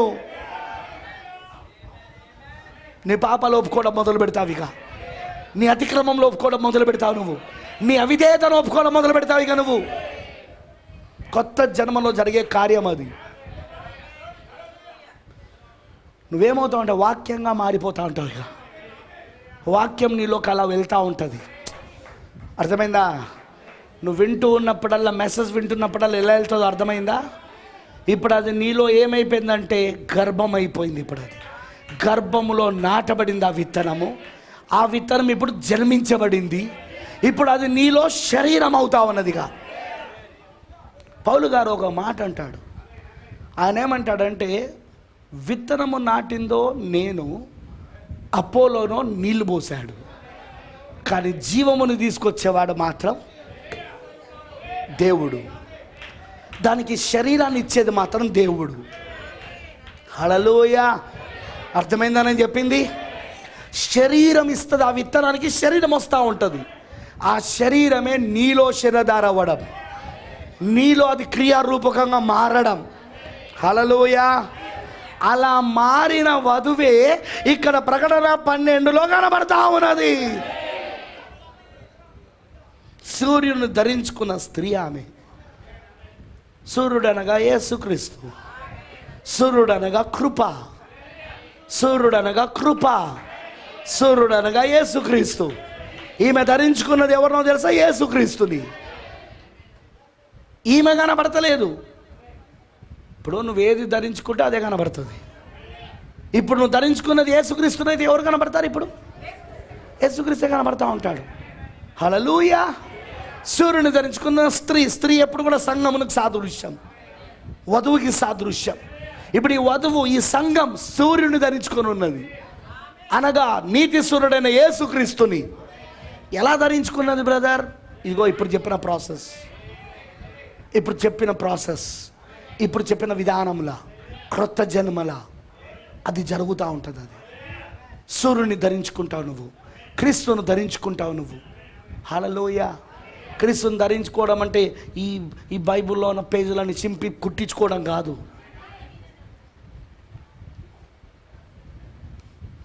అర్థమైందని చెప్పింది. క్రీస్తుని ధరించుకోవడం అంటే ఈ బైబిల్లో ఉన్న అన్ని కుట్టించుకోవడం, లేకపోతే పక్షిరాజు బొమ్మను పెట్టుకోవడం కాదు ఇక్కడ, లేకపోతే వెనకాల విలియం బ్రెన్నామ్ ఫోటోతో అగ్నిస్తంభం ఫోటో పెట్టుకోవడం కాదు ఇక్కడ. సూర్యుని ధరించుకోవడం అంటే టీషర్ట్ల పైన ఓకే, అవన్నీ మంచియే, నేను దాన్ని కాదంటలేను. Okay, good. ఏంటిది? అగ్నిస్తంభం ఫోటో, పక్షిరాజు ఫోటో, మేఘస్తంభం ఫోటో టీషర్ట్ల పైన, షర్ట్స్ పైన వేసుకోవడం మంచిదే, కానీ అది కాదు దీని అర్థం. ఇక్కడ చెప్తున్న లేఖనం అర్థం అది కాదు. సూర్యుని ధరించుకున్న స్త్రీ అంటే లోపటి నుండి జరుగుతూ ఉంటుంది ఆ కార్యం. బ్రదర్ బైనామ్ అంటాడు, దేవుడెప్పుడు బయట నుండి పనిచేయడు, దేవుడెప్పుడు లోపటి నుండి పనిచేస్తాడు. దేవుని సింహాసనం హృదయం అయి ఉన్నది. దేవుడు హృదయం అనే సింహాసనంలో కూర్చొని పనిచేస్తూ ఉంటాడు ఆయన. ఆమేన్, హల్లెలూయా. అందుకే దేవుడు ఎప్పుడు హృదయం అనే సింహాసనం మీద కూర్చొని పనిచేస్తూ ఉంటాడు. ఆమేన్ అంటారా?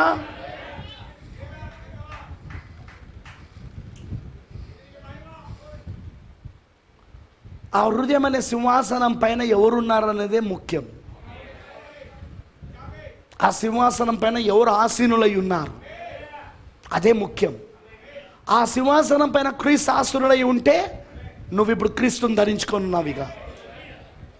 ఇక్కడ 12వ అధ్యాయంలో చెప్పినట్టు సూర్యుని ధరించిన స్త్రీవి నీవే. హల్లెలూయా. ఆమె సూర్యుని ధరించుకొని ఉన్నది. ఆమె పాదముల క్రింద చంద్రుడు, ధర్మశాస్త్రం. సూర్యుడు కృప, పాదముల క్రింద చంద్రుడు, ధర్మశాస్త్రం.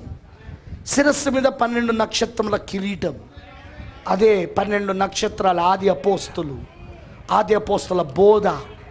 శిరస్సు ప్రత్యక్షత, శిరస్సు జ్ఞానము, శిరస్సు మేధస్సు. ఆది అపోస్తుల యొక్క బోధతో ఉన్నది ఆమె. ఇప్పుడు వింటున్నారా? ఆది అపోస్తుల బోధతో ఆమె జ్ఞానము కలుగున్నది, ఆమె మేధస్సును కలుగున్నది ఇప్పుడు ఆమె ఆది అపోస్తుల బోధతో. హల్లెలూయా. ఇదంతా జరగాలంటే నీకు కొత్త జన్మ జరగాల.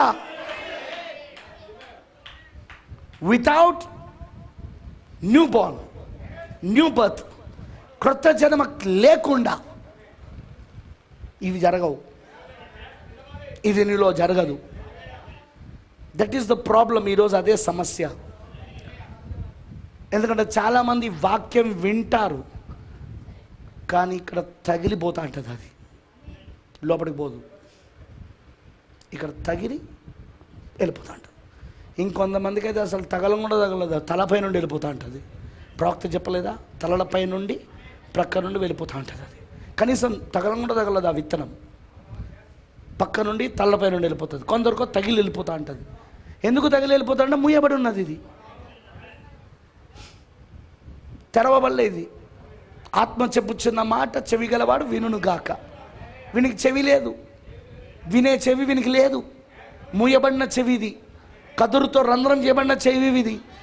పాస్టర్ బోధతో రంధ్రం చేయబడి ఉన్నది, సంఘశాఖ బోధతో రంధ్రం చేయబడి ఉన్నది,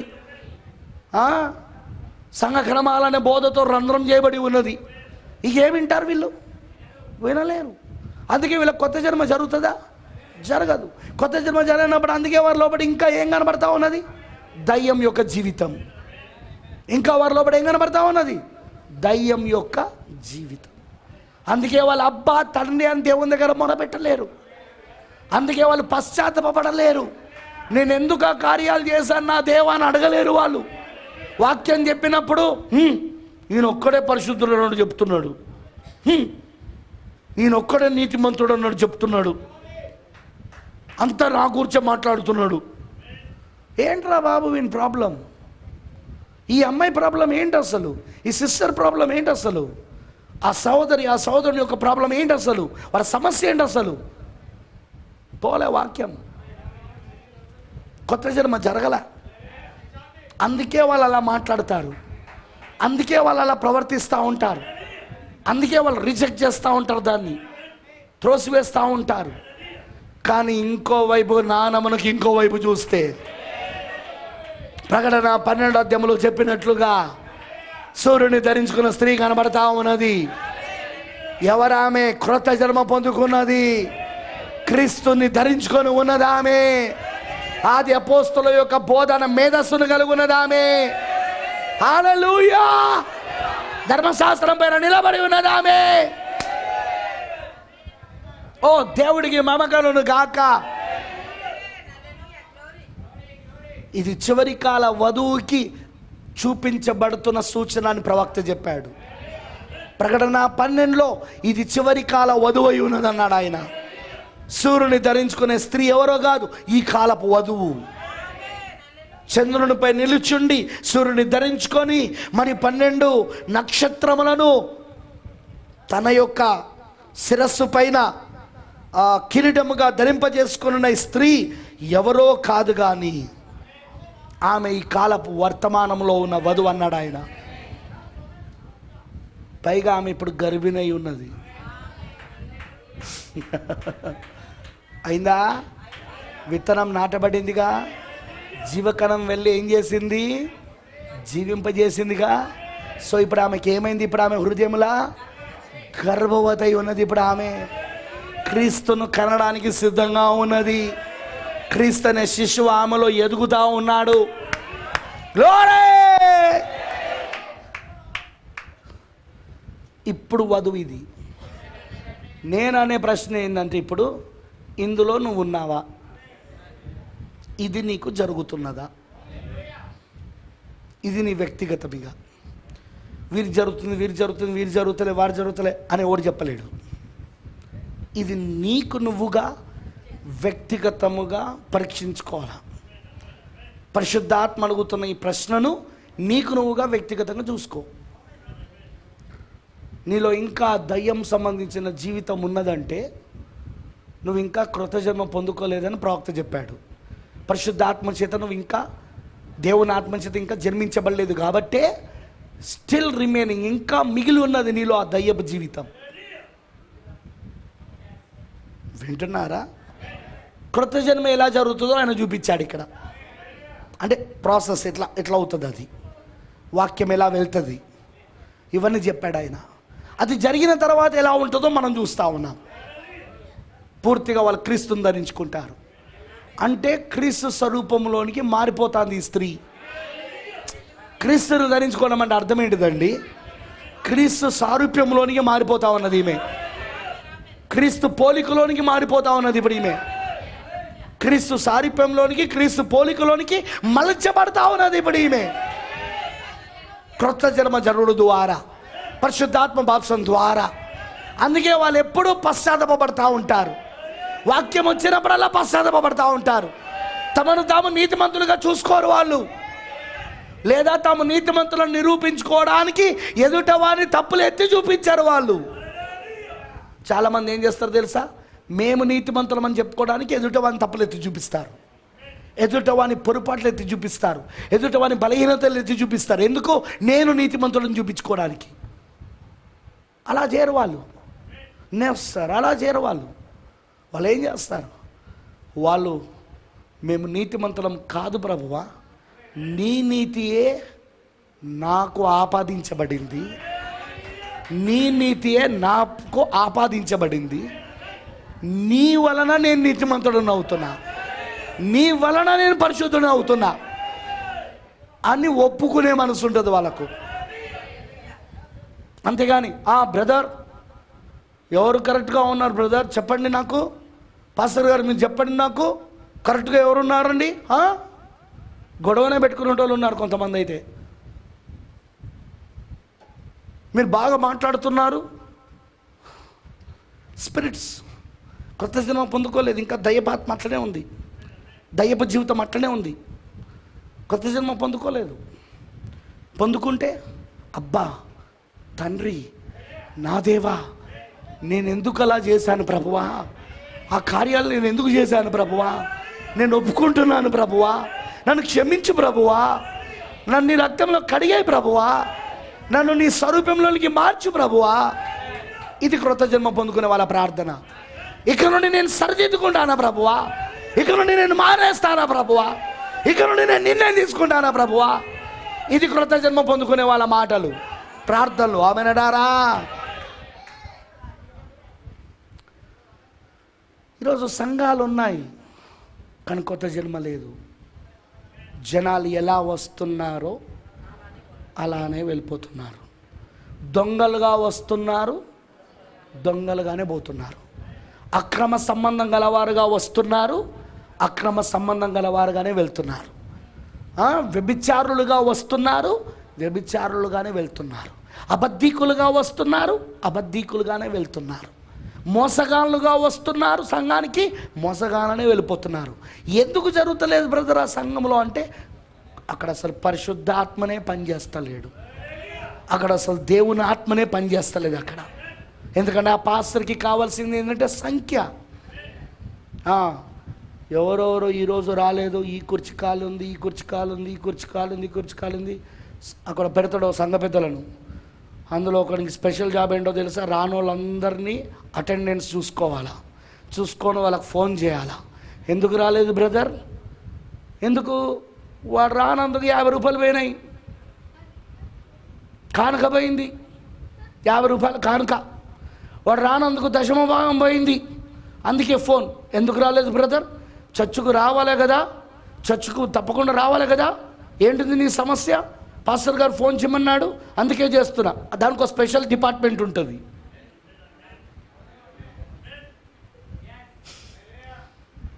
వీళ్ళు చర్చికి ఎందుకు రమ్మంటారో తెలుసా? వెనకాల లక్ష్యం చూస్తే ఏంటిదో తెలుసా? డబ్బు ఆ రోజు కానుక తక్కువైంది, ఎక్కడ వీళ్ళు వేరే చర్చికి వెళ్ళిపోయారన్న భయం. వీళ్ళు వేరే చర్చికి వెళ్తే కానుక పోతుంది, దశమభాలు పోతాయి. అందుకే ఎందుకు రాలేదని ఫాలో అప్. మళ్ళీ అందులో వీళ్ళేమంటారు తెలుసా? మళ్ళీ మార్పాస్టర్ దగ్గర రాకపోయినా ఒక్కరు కూడా ఫోన్ చేయరు బ్రదర్. మార్పాస్టర్ది యేసు ప్రభు సంఘం. నా గొర్రెలు నా స్వరము వినును, అవి నన్ను వెంబడించును.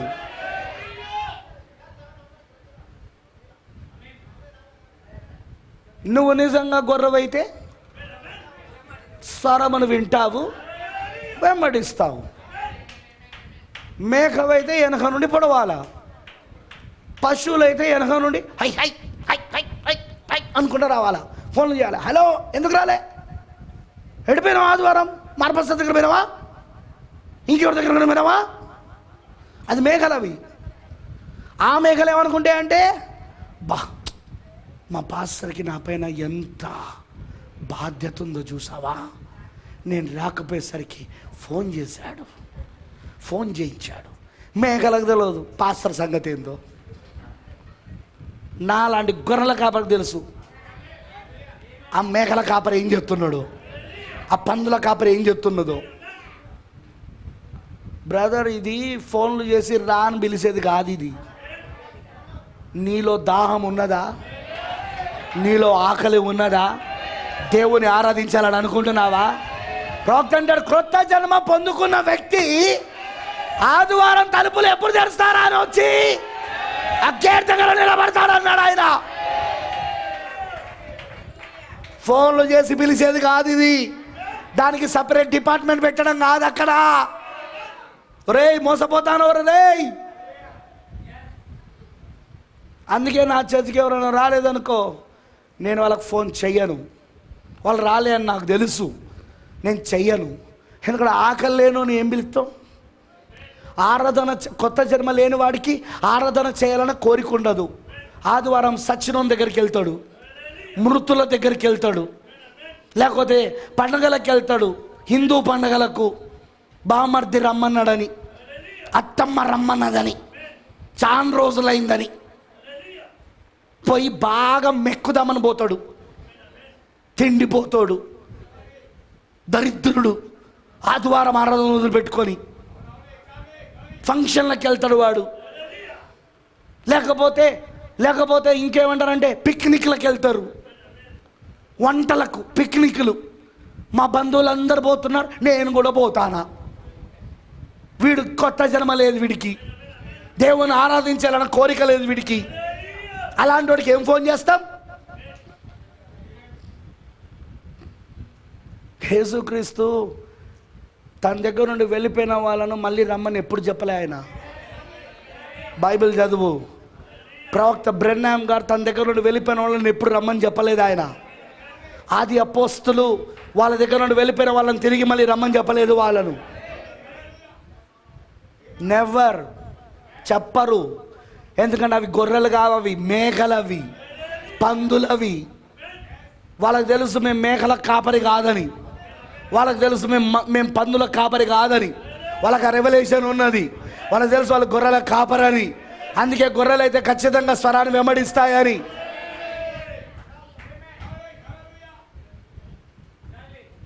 డిపార్ట్మెంట్లు ఉంటాయి ఫోన్లు చేయడానికి,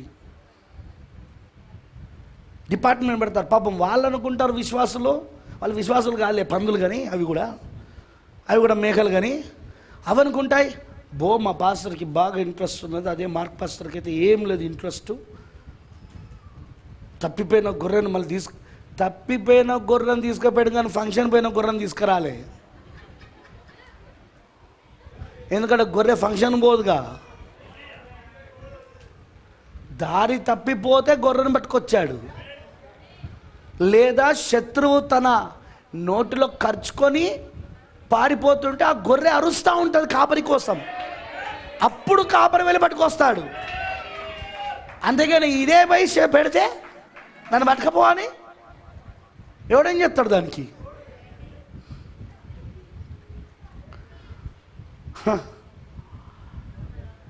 అందుకే ఈ church it's a open door tabernacle. ఇది తలుపులు తెరవబడి ఉన్న టెబర్నాకిల్. ఇది నువ్వు వస్తేరా, లేకపోతే నో మెంబర్షిప్. ఇక్కడ మెంబర్షిప్ లేవు. It's only fellowship. నీకు ఆసక్తి ఉంటే సహవాసం చెయ్యి. No membership. ఇక్కడ మెంబర్షిప్ లేదు. నీకు ఆసక్తి ఉంటే సహవాసం చెయ్యి, లేకపోతే రాకు, బంద్ చెయ్యి. నిన్ను ఎందుకు రాలేదని అడగం కూడా. ఎందుకంటే ఇది ఆ సమయమే. ఇది దప్పికొని వారలారా నా యొద్దకు రండి అని పిలిచాడు ఆయన. ఆకలి కొన్న వాళ్ళారా నా యొద్దకు రండి అని చెప్పాడు ఆయన. నీకు ఆకలి ఉందా? రా. దప్పిక ఉందా? రా. మరి ఆత్మయు పెళ్లి కుమార్తె ఏమని చెప్తున్నది? ఆత్మయు పెళ్లి కుమార్తె ఏమని బోధిస్తా ఉన్నది? ఆకలి కొన్న వాళ్ళారా రండి, దప్పికొన్న వాళ్ళారా రండి అని ప్రకటన గ్రంథంలో ఉందా లేదా? వాక్యము ఆకలి ఉందా? రా, భుజించి ఇక్కడ పక్షిరాజు పిల్లలుగా బల్ల చుట్టూ చేరి ఆ వధించబడిన గొర్రెపిల్ల యొక్క శరీరమును తిను, తాగు రక్తాన్ని, ఆ మనిషి కుమారుని శరీరాన్ని, రక్తాన్ని. నువ్వు పక్షిరాజు పిల్లవు కాదా? అవసరం లేదు. ఇన్విటేషన్ నీకు కాదు, అయితే ఆహ్వానం నీకు కాదు. బ్రదర్ అంటాడు ఈ టెబర్నాకిల్కి, బ్రెన్హామ్ టెబర్నాకిల్ గురించి మాట్లాడుతూ, ఈ టెబర్నాకిల్లో ఏ మెంబర్షిప్ లేదు, ఎవరి పేరు బుక్లో రాయడం లేదు, ఎవరు ఇందులో చేరడం లేదు. ఈ టెబర్నాకిల్ అందరికీ తెరవబడి ఉంటుంది. ఎవరైనాను దేవుని ఆరాధించాలి, దేవునితో సావాసం చేయాలి, దేవుని యొక్క వాక్యమును తినాలి అని అనుకున్న వాళ్ళకు మేము ఎప్పుడు ఆహ్వానం తెలియజేస్తూ ఉన్నాం. నా చర్చ్ కూడా అంతే. అది అర్థం కానోడం మెంబర్షిప్లు ఎందుకు రాలేదు, నేను బాప్సం ఇచ్చినా నువ్వు వదిలిపెట్టిపోతే ఎట్లా, నువ్వు వేషం అయిపోయినట్టే, ఎందుకంటే నీ భర్త ఏసు ప్రభా. నువ్వు ఆ భర్త ఎవరు చెప్పు నాకు? మీ ఇద్దరు ఇట్లా ఎవరో ఒకరు చెప్పండి నాకు. ఏసు ప్రభా నువ్వా? ఇద్దరు భర్తలు ఉంటే అది వేష అవుతుంది. నేను భర్త, నన్ను వదిలిపెట్టి పోతే నువ్వు వేషవైతో తెలుసా? ఇంకో పాస్టర్ దగ్గరికి వెళ్తే నువ్వు వేషవైతో తెలుసా? నీకు అది తెలుసా? నువ్వేమైనా శ్రీకృష్ణుడు వారా ఇంతమందికి భర్తలు కావడానికి? వీళ్ళందరూ నీ గోపికలు, నువ్వు శ్రీకృష్ణుడివి. దరిద్రుడా, పాస్టర్ ఎట్లయితాడు రా భర్త? క్రీస్తు భర్త, బైబిల్ చూపిస్తా నీకు. క్రీస్తు భర్త, శిరస్సు భర్త.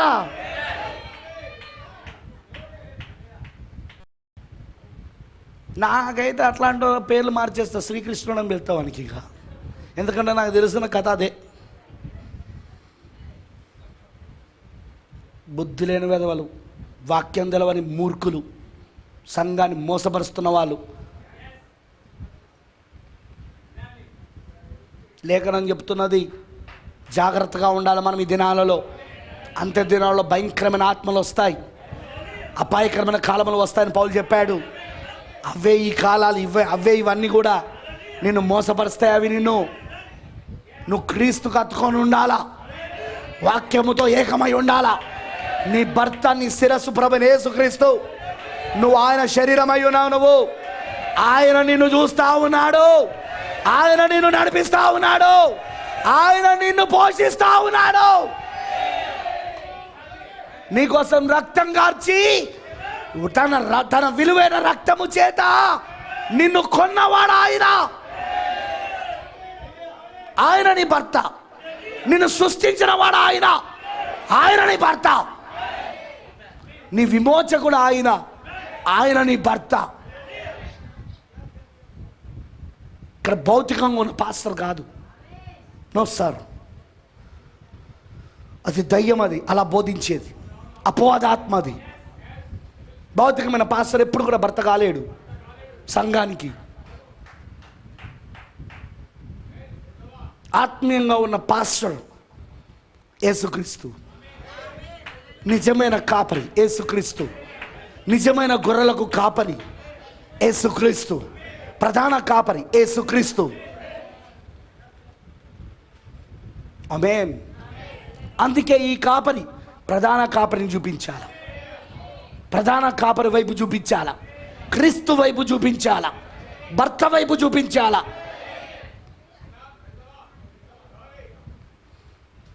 ఇక వేరే వాళ్ళని చూపించడానికి వీల్లేదు, అక్కడ వేరే వాళ్ళను బయలుపరచడానికి వీల్లేదు. క్రీస్తును మాత్రమే బయలుపరచాలి వాళ్ళకు. ప్రేమైన దేవుని పిల్లలారా, ప్రకటన 12లో యోహాను దర్శనం చూశాడు, ఇప్పుడు నిజ రూపంలో ఉంది. రైట్. క్రీస్తు శకం 95-96 సంవత్సరంలో 1900 సంవత్సరాల క్రితం యోహాను దర్శనం చూశాడు, కానీ ఇప్పుడు అది నిజ రూపంలో ఉంది. ఇప్పుడు అది ఆ అదృశ్యములో ఉన్న, ఆ దర్శనములో ఉన్న ఆ స్త్రీ ఇప్పుడు నిజ రూపంలో ఉంది. అదే నువ్వై ఉన్నావు, అదే నీవై ఉన్నావు, ఆ వధువు నీవై ఉన్నావు. యోహాన్ చూసింది నిన్నే. సూర్యుని ధరించుకున్న స్త్రీవి నీవే. క్రొత్త జన్మ పొందుకున్న నువ్వు సూర్యుని ధరించుకున్న స్త్రీవై ఉన్నావు. నువ్వు గర్భవతివై ఉన్నావు. ఇప్పుడు నువ్వు గర్భమును ధరించి ఉన్నావు. ఇప్పుడు నువ్వు క్రీస్తును కనబోతా ఉన్నావు. నువ్వు ఆమేన్, హల్లెలూయా. అర్థమైందా అందరికీ? So it's not vision now. ఇప్పుడు ఇది దర్శనం కాదు, ఇప్పుడు ఇది నిజ రూపం.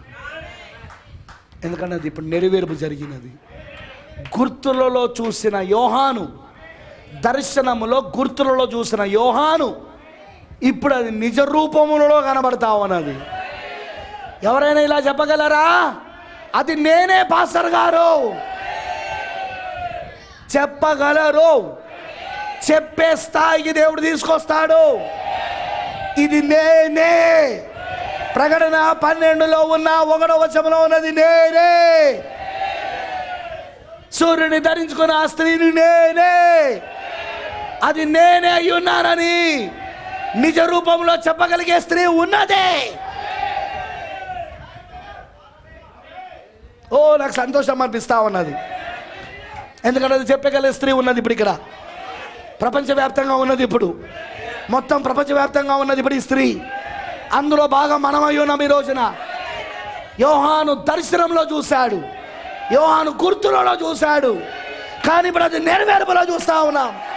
అది ఇప్పుడు అది బయలుపరచబడింది. అప్పుడు ఇది అది ఇప్పుడు వ్యక్తపరచబడింది. ఇప్పుడు అది ఇప్పుడు శరీరధార అయింది. ఇప్పుడు అది ఇప్పుడు రక్త మాంసములు అయింది. ఇప్పుడు అది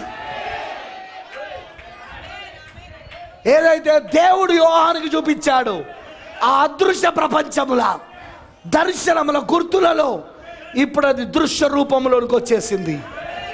ఇప్పుడు అది దర్శనం కాదు, అది నిజ రూపము. ఇప్పుడు అది గుర్తు కాదు, అది నిజ రూపము. ఇక్కడ కూర్చొని ఉన్నదా ఆమె? వింటా ఉన్నదా ఇప్పుడు లైవ్లో? ఆమేన్. వింటా ఉన్నదా ఇప్పుడు లైవ్లో? ఇక్కడ కూర్చొని ఉన్నదా ఆమె? యోహాన్ చూసినది ఇప్పుడు ఉన్నదా ఇక్కడ? అది నేనే అని చెప్పగలవా? అలా చెప్పగలిగే వాళ్ళే నిజంగా ఎత్తబడతారు. అలా చెప్పగలిగే వాళ్ళే, అలా చూపించగలిగే వాళ్ళే, అది నేనే చూడు నా జీవితం అని చూపించగలిగే వాళ్ళే నిజంగా ఎత్తబడతారు వాళ్ళు. ఎందుకంటే ఇప్పుడు లేఖనాలుగా లేవు. ఇప్పుడు లేఖనాలు శరీరధారి అయి వ్యక్తపరచబడుతూ బయలుపరచబడుతూ నిజ రూపంలో ఉన్నది ఇప్పుడు లేఖనాలు. అదే ఈ గడియ వర్తమానము, అదే ఈ కాల వర్తమానము. లేఖనము నిజ రూపంలోనికి రావడం. ఆమేన్, హల్లెలూయా. యోహాను భవిష్యత్తును గురించి చూశాడు. యోహాను చూసిన ఆ భవిష్యత్తు మనమే. ఆయన భవిష్యత్తులో జరిగేదాన్ని చూసింది ఇప్పుడు అది మనమే. ఆ లేఖనాల నెరవేర్పు మనమే. ఆ వాక్య నెరవేర్పు మనమే. ఈ వధువే ఆ వాక్య నెరవేర్పు. యోహాను దర్శనంలో చూశాడు, గుర్తుల రూపంలో చూశాడు. కానీ ఇప్పుడు అదే నిజ రూపమై ఉన్నది. ఇక్కడ క్రీస్తు సారూప్యంలోనికి మలచబడుతున్నా, క్రీస్తు పోలికలోనికి మలచబడుతున్నా. వీరిని చూస్తే క్రీస్తును చూసినట్టే. ఎందుకంటే క్రీస్తును ధరించుకొని ఉన్నారు వీళ్ళు. వీళ్ళ మేధస్సు, వీళ్ళ జ్ఞానము ఆ ఆది అపోస్తల యొక్క 12 నక్షత్రాలకు జ్ఞానమై ఉన్నది. వీళ్ళు ధర్మశాస్త్రమైన నిలబడి ఉన్నారు. వీరి హృదయం అనే గర్భములో క్రీస్తు ఎదుగుతా ఉన్నాడు.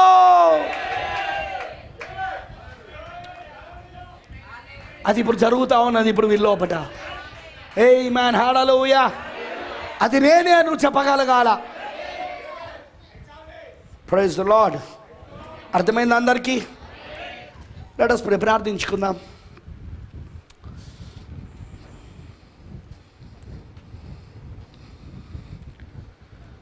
Praise the lord. వాక్యం నీలో శరీరం అవుతున్నది. వాక్యం నీలో ఇప్పుడు రక్త మాంసములు అవుతున్నది. వాక్యము నీలో గర్భము ధరిస్తున్నది, క్రొత్త జన్మనిస్తున్నది.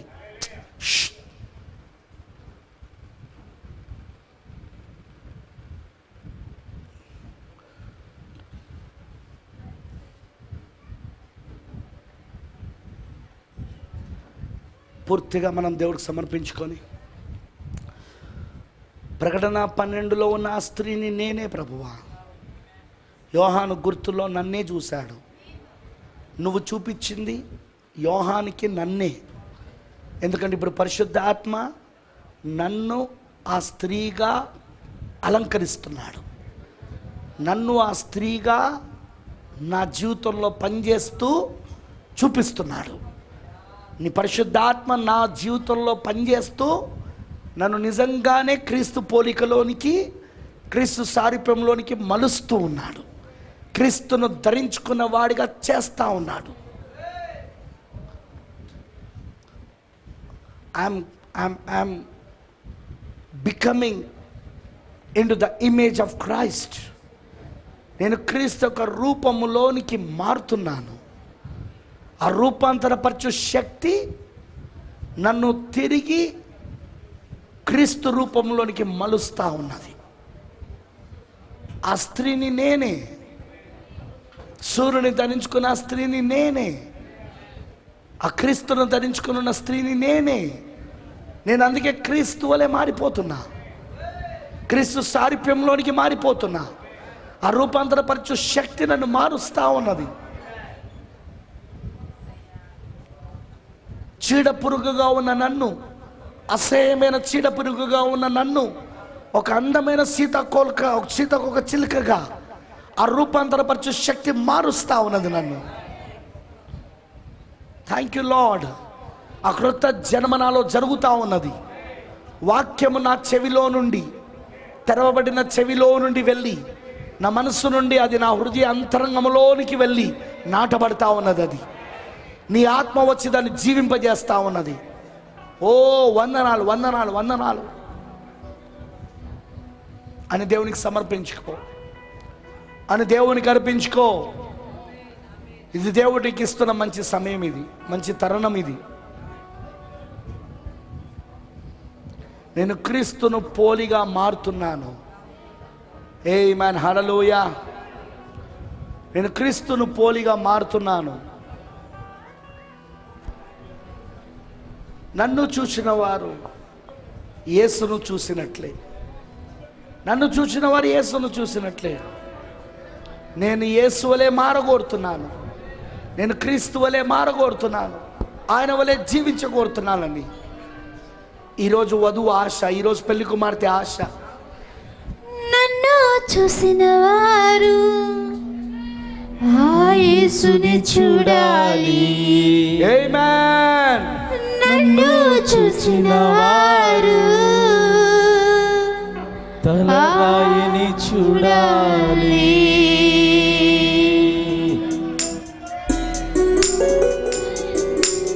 Thank you lord, thank you lord, thank you lord. Hallelujah. అవును ప్రభువా, నన్ను చూసిన వాడు యేసును చూడాలి, నన్ను చూసిన వాడు క్రీస్తును చూసినట్టే. ఆమేన్. గ్లోరీ. అలాంటి జీవితం నేను కలిగి ఉండాలి.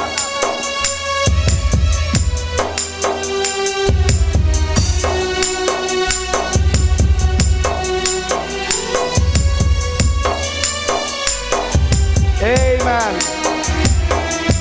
యేసుక్రీస్తు పోలిక నాలో రావాలి. యేసుక్రీస్తు స్వరూపం మనలో కలగాలి. యేసుక్రీస్తు పోలిక నాలో రావాలి. యేసుక్రీస్తు స్వరూపం మనలో కలగాలి. యేసు వలె మనము జీవించాలి.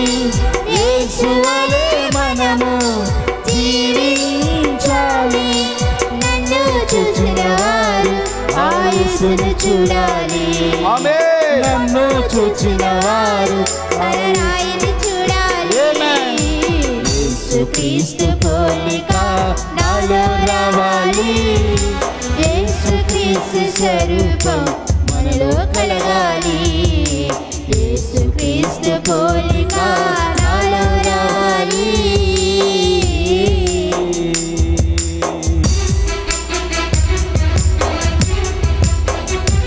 ఆమేన్.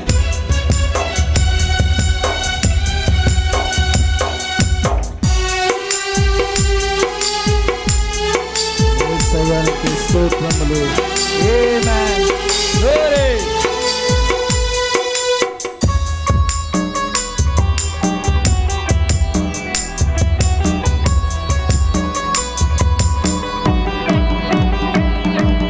మహిమ వెంబడి మహిమలోనికి ఆమేన్. నిరంతరం ప్రవేశించాలి. గ్లోరీ. అవును. మహిమ వెంబడి మహిమలోనికి నిరంతరం ప్రవేశించాలి. మహిమను పొంది శక్తిని పొంది, మహిమను పొంది శక్తిని పొంది యేసు వలె మార్చబడాలి. ఓ నేను యేసు వలె మార్చబడాలా. యేసువలె మార్చబడాలి. ఆ యేసులా మారిపోవాలి. ఆ యేసులా మారిపోవాలి. యేసుక్రీస్తు పోలిక నాలో రావాలి. యేసుక్రీస్తు స్వరూపం మనలో కలగాలి. యేసుక్రీస్తు పోలిక నాలో రావాలి.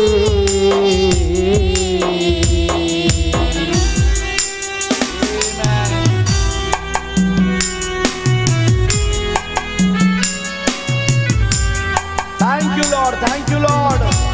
అవును ప్రభువా, ఈ పోలికలోనికి నేను మారాలి. నన్ను చూసిన వారు యేసును చూసినట్టుగా ఉండాలి. అదే నా ఆశ ప్రభువా, అదే నా కోరిక తండ్రి. మహిమలోనికి నేను వెళ్ళాలి. ఈ రూపంలోనికి నేను మలచబడాలి. రూపాంతరపరచే ప్రార్థన నిత్యము నేను చేయాలి. ఓ హల్లెలూయా. అవును, ఆ రూపాంతరపరచే ప్రార్థన నిత్యము చేయాలి. నేను రూపాంతరపరచే ప్రార్థన నిత్యము నేను చేయాలి. వేదన ప్రార్థన అనుదినము చేయాలి. ఆమేన్. వేదన ప్రార్థన అనుదినము చేయాలి. గెచ్చమనే ప్రార్థనతో కట్టబడాలి. గెచ్చమనే ప్రార్థనతో కట్టబడాలి. ఆ యేసులా మారిపోవాలి. ఆ యేసులా మారిపోవాలి. యేసుక్రీస్తు పోలిక నాలో రావాలి. యేసుక్రీస్తు స్వరూపం మనలో కలగాలి. యేసుక్రీస్తు పోలిక నాలో రావాలి.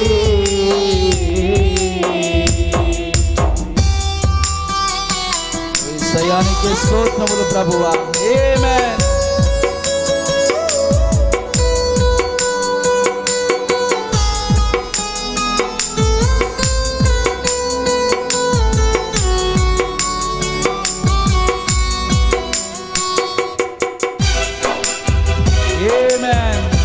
యేసునామమునకు స్తోత్రములు.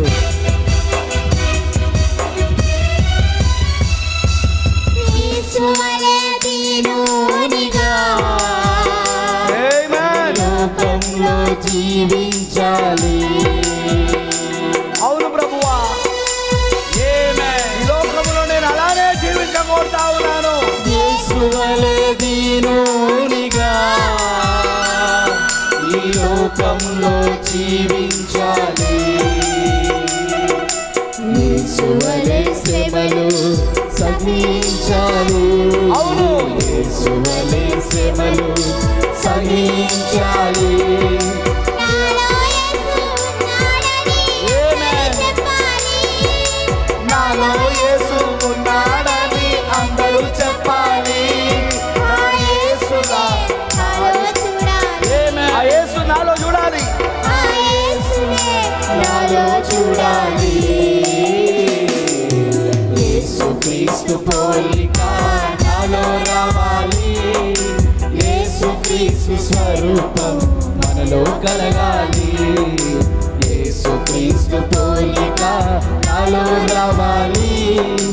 యేసుక్రీస్తు స్వరూపం మనలో కలగాలి. యేసువలే మనము జీవించాలి. యేసువలే మనము జీవించాలి. మారిపోవాలి. ఆ యేసులా మారిపోవాలి. యేసుక్రీస్తు పోలిక నాలో రావాలి. యేసుక్రీస్తు స్వరూపం మనలో కలగాలి. యేసుక్రీస్తు పోలిక నాలో రావాలి. యేసుక్రీస్తు స్వరూపం మనలో కలగాలి. యేసువలే మనము జీవించాలి. యేసువలే మనము జీవించాలి. నన్ను చూచిన వారు ఆ యేసుని చూడాలి. నన్ను చూచిన వారు తలరాయిని చూడాలి.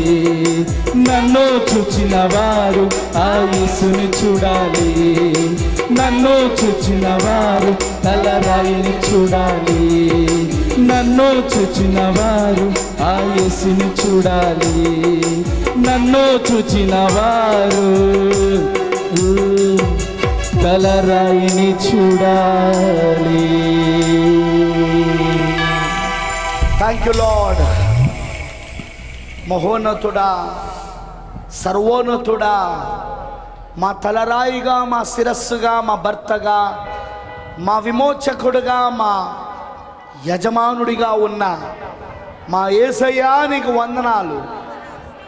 మా కోరిక, మా ఆశ మమ్మల్ని చూసినప్పుడు నిన్ను చూడాలి, మేము నిన్నే కనపరచాలి, మేము నిన్నే లోకానికి చూపించాలి, కనపరచాలి, నిన్ను అలా మహిమపరచాలి. సూర్యుని ధరించుకున్న స్త్రీ వలె మేము ఉండాలి. ఆ సూర్యుడు ఎవరో కాదు, క్రీస్తని. ఆ స్త్రీ ఎవరో కాదు, వధువు అని నువ్వు ఈ గడియ వర్తమానికుని ద్వారా తెలియజేశావు. అందుకే ఇక నుండి ప్రభువా, క్రీస్తును ధరించుకున్న వధువుగా, క్రీస్తును చూపించువారుగా, క్రీస్తు పోలికలో మేము మలచబడాలి, కనబడాలి. ఆ విధంగానే మేము మమ్మల్ని చూసిన వారు యేసును చూసామని చెప్పాలి. అలాంటి జీవితం మేము కలిగి ఉండాలి. అలా నీ వాక్యం మాలో శరీరధారి కావాలి. అలా నీ వాక్యం మాలో రక్తమాంసములు కావాలి. అలా నీ వాక్యం మాలో గర్భము ధరించాలి. ప్రభువా అలా చేయము తండ్రి, సహాయము చేయి మా లోబట. నీ జీవాత్మ ఇప్పుడు మాలో అది పనిచేయనట్లుగా చేయి తండ్రి. నీ వాక్యం మా హృదయం అనే గర్భములో నాటబడి, నీ జీవాత్మ చేత జీవింప చేయబడి, వధువుని కోయుదురు గాక. వాక్య వధువుని, క్రీస్తును ధరించుకున్న వధువుని, క్రీస్తును కనబర్చిన వధువుని మేము ఇప్పుడు కోసే భాగ్యము దయచేయి. ఈరోజు అది జరిగించు దేవా. నీ కృప మా అందరికి ఇవ్వము, మా అందరినీ దీవించము. ప్రభువైన దేవా, ఈ సాయంత్రము మమ్మల్ని మేము మీకు సమర్పించుకుంటున్నాం. మా జీవితంలో నువ్వు పనిచేస్తున్నందుకు స్తోత్రం. ఇప్పుడు నీ పరిశుద్ధాత్మ మా జీవితంలో పనిచేస్తున్నాడు. అందుకే మేము వాక్య స్వరూపంలోనికి దినదినం మలచబడుతున్నాం. శ్రమలు, కష్టాలు, బాధలు, శోధనలు, పరీక్షలు, జీవితంలో అనేకమైన విషయాలు మమ్మల్ని పరిశుద్ధాత్మ వాక్య స్వరూపంలోనికి మలుచుటకు, వాక్య పోలికలోనికి మలుచుటకు పరిశుద్ధాత్మ పనిచేస్తున్నాడు ప్రభువా. నిజంగా వాటన్నిటిని బట్టి నీకు వందనాలు, నీకు స్తోత్రములు తండ్రి. ఏదైతే యోహాను ప్రకటన 12లో చూశాడో ఆ స్త్రీని, ఇప్పుడు అది నిజ రూపంలో ఇక్కడ ఉన్నది. ప్రపంచవ్యాప్తముగా సార్వత్రికంగా ఇప్పుడు ఉన్నది. అందులో మేము ఒక భాగముగా ఉన్నాము. అది మేమే అని చెప్పగలం. ఇప్పుడు అది మాలోనే నెరవేర్పు అవుతుందని గుర్తులుగా చూసిన యోహాను, గుర్తులో చూసిన యోహాను ఇప్పుడు అది మాలో నెరవేర్పు నిజ రూపంలో జరుగుతుందని, అదృశ్యములో చూసిన యోహాను, దర్శనంలో చూసిన యోహాను ఇప్పుడు నిజ రూపంలో అది మాలో నెరవేర్పు జరుగుతుందని మేము నిన్ను స్తుతిస్తూ ఉన్నాం దేవా. నీకు మహిమ చెల్లిస్తూ ఉన్నాం యేసయ్యా. వచ్చిన నీ పిల్లలందరినీ ఇంకా ఆస్వాదించు. ఎంతమంది అయితే ఈ వర్తమానమును విన్నారో, వినబోతున్నారో, తప్పక వారు క్రొత్త జన్మ పొందుదురు గాక. తప్పకుండా నీ పరిశుద్ధాత్మ వారిలో శరీరధార అవును గాక. తప్పకుండా ప్రభువా వారు నీ సారూప్యంలోనికి, పోలికలోనికి మలచబడుదురు గాక. అదే మా ఆశ, మా కోరిక. నీకు పూర్తిగా మేము సమర్పించుకుంటూ, మమ్మల్ని మేము మీకు అర్పించుకుంటూ, అప్పగించుకుంటూ, సర్వాధికారాలు నీకు ఇస్తూ యేసుక్రీస్తు నామములో ప్రార్థిస్తున్నాము. Amen, amen. God bless you. దేవుడు మీ అందరినీ దీవించును గాక.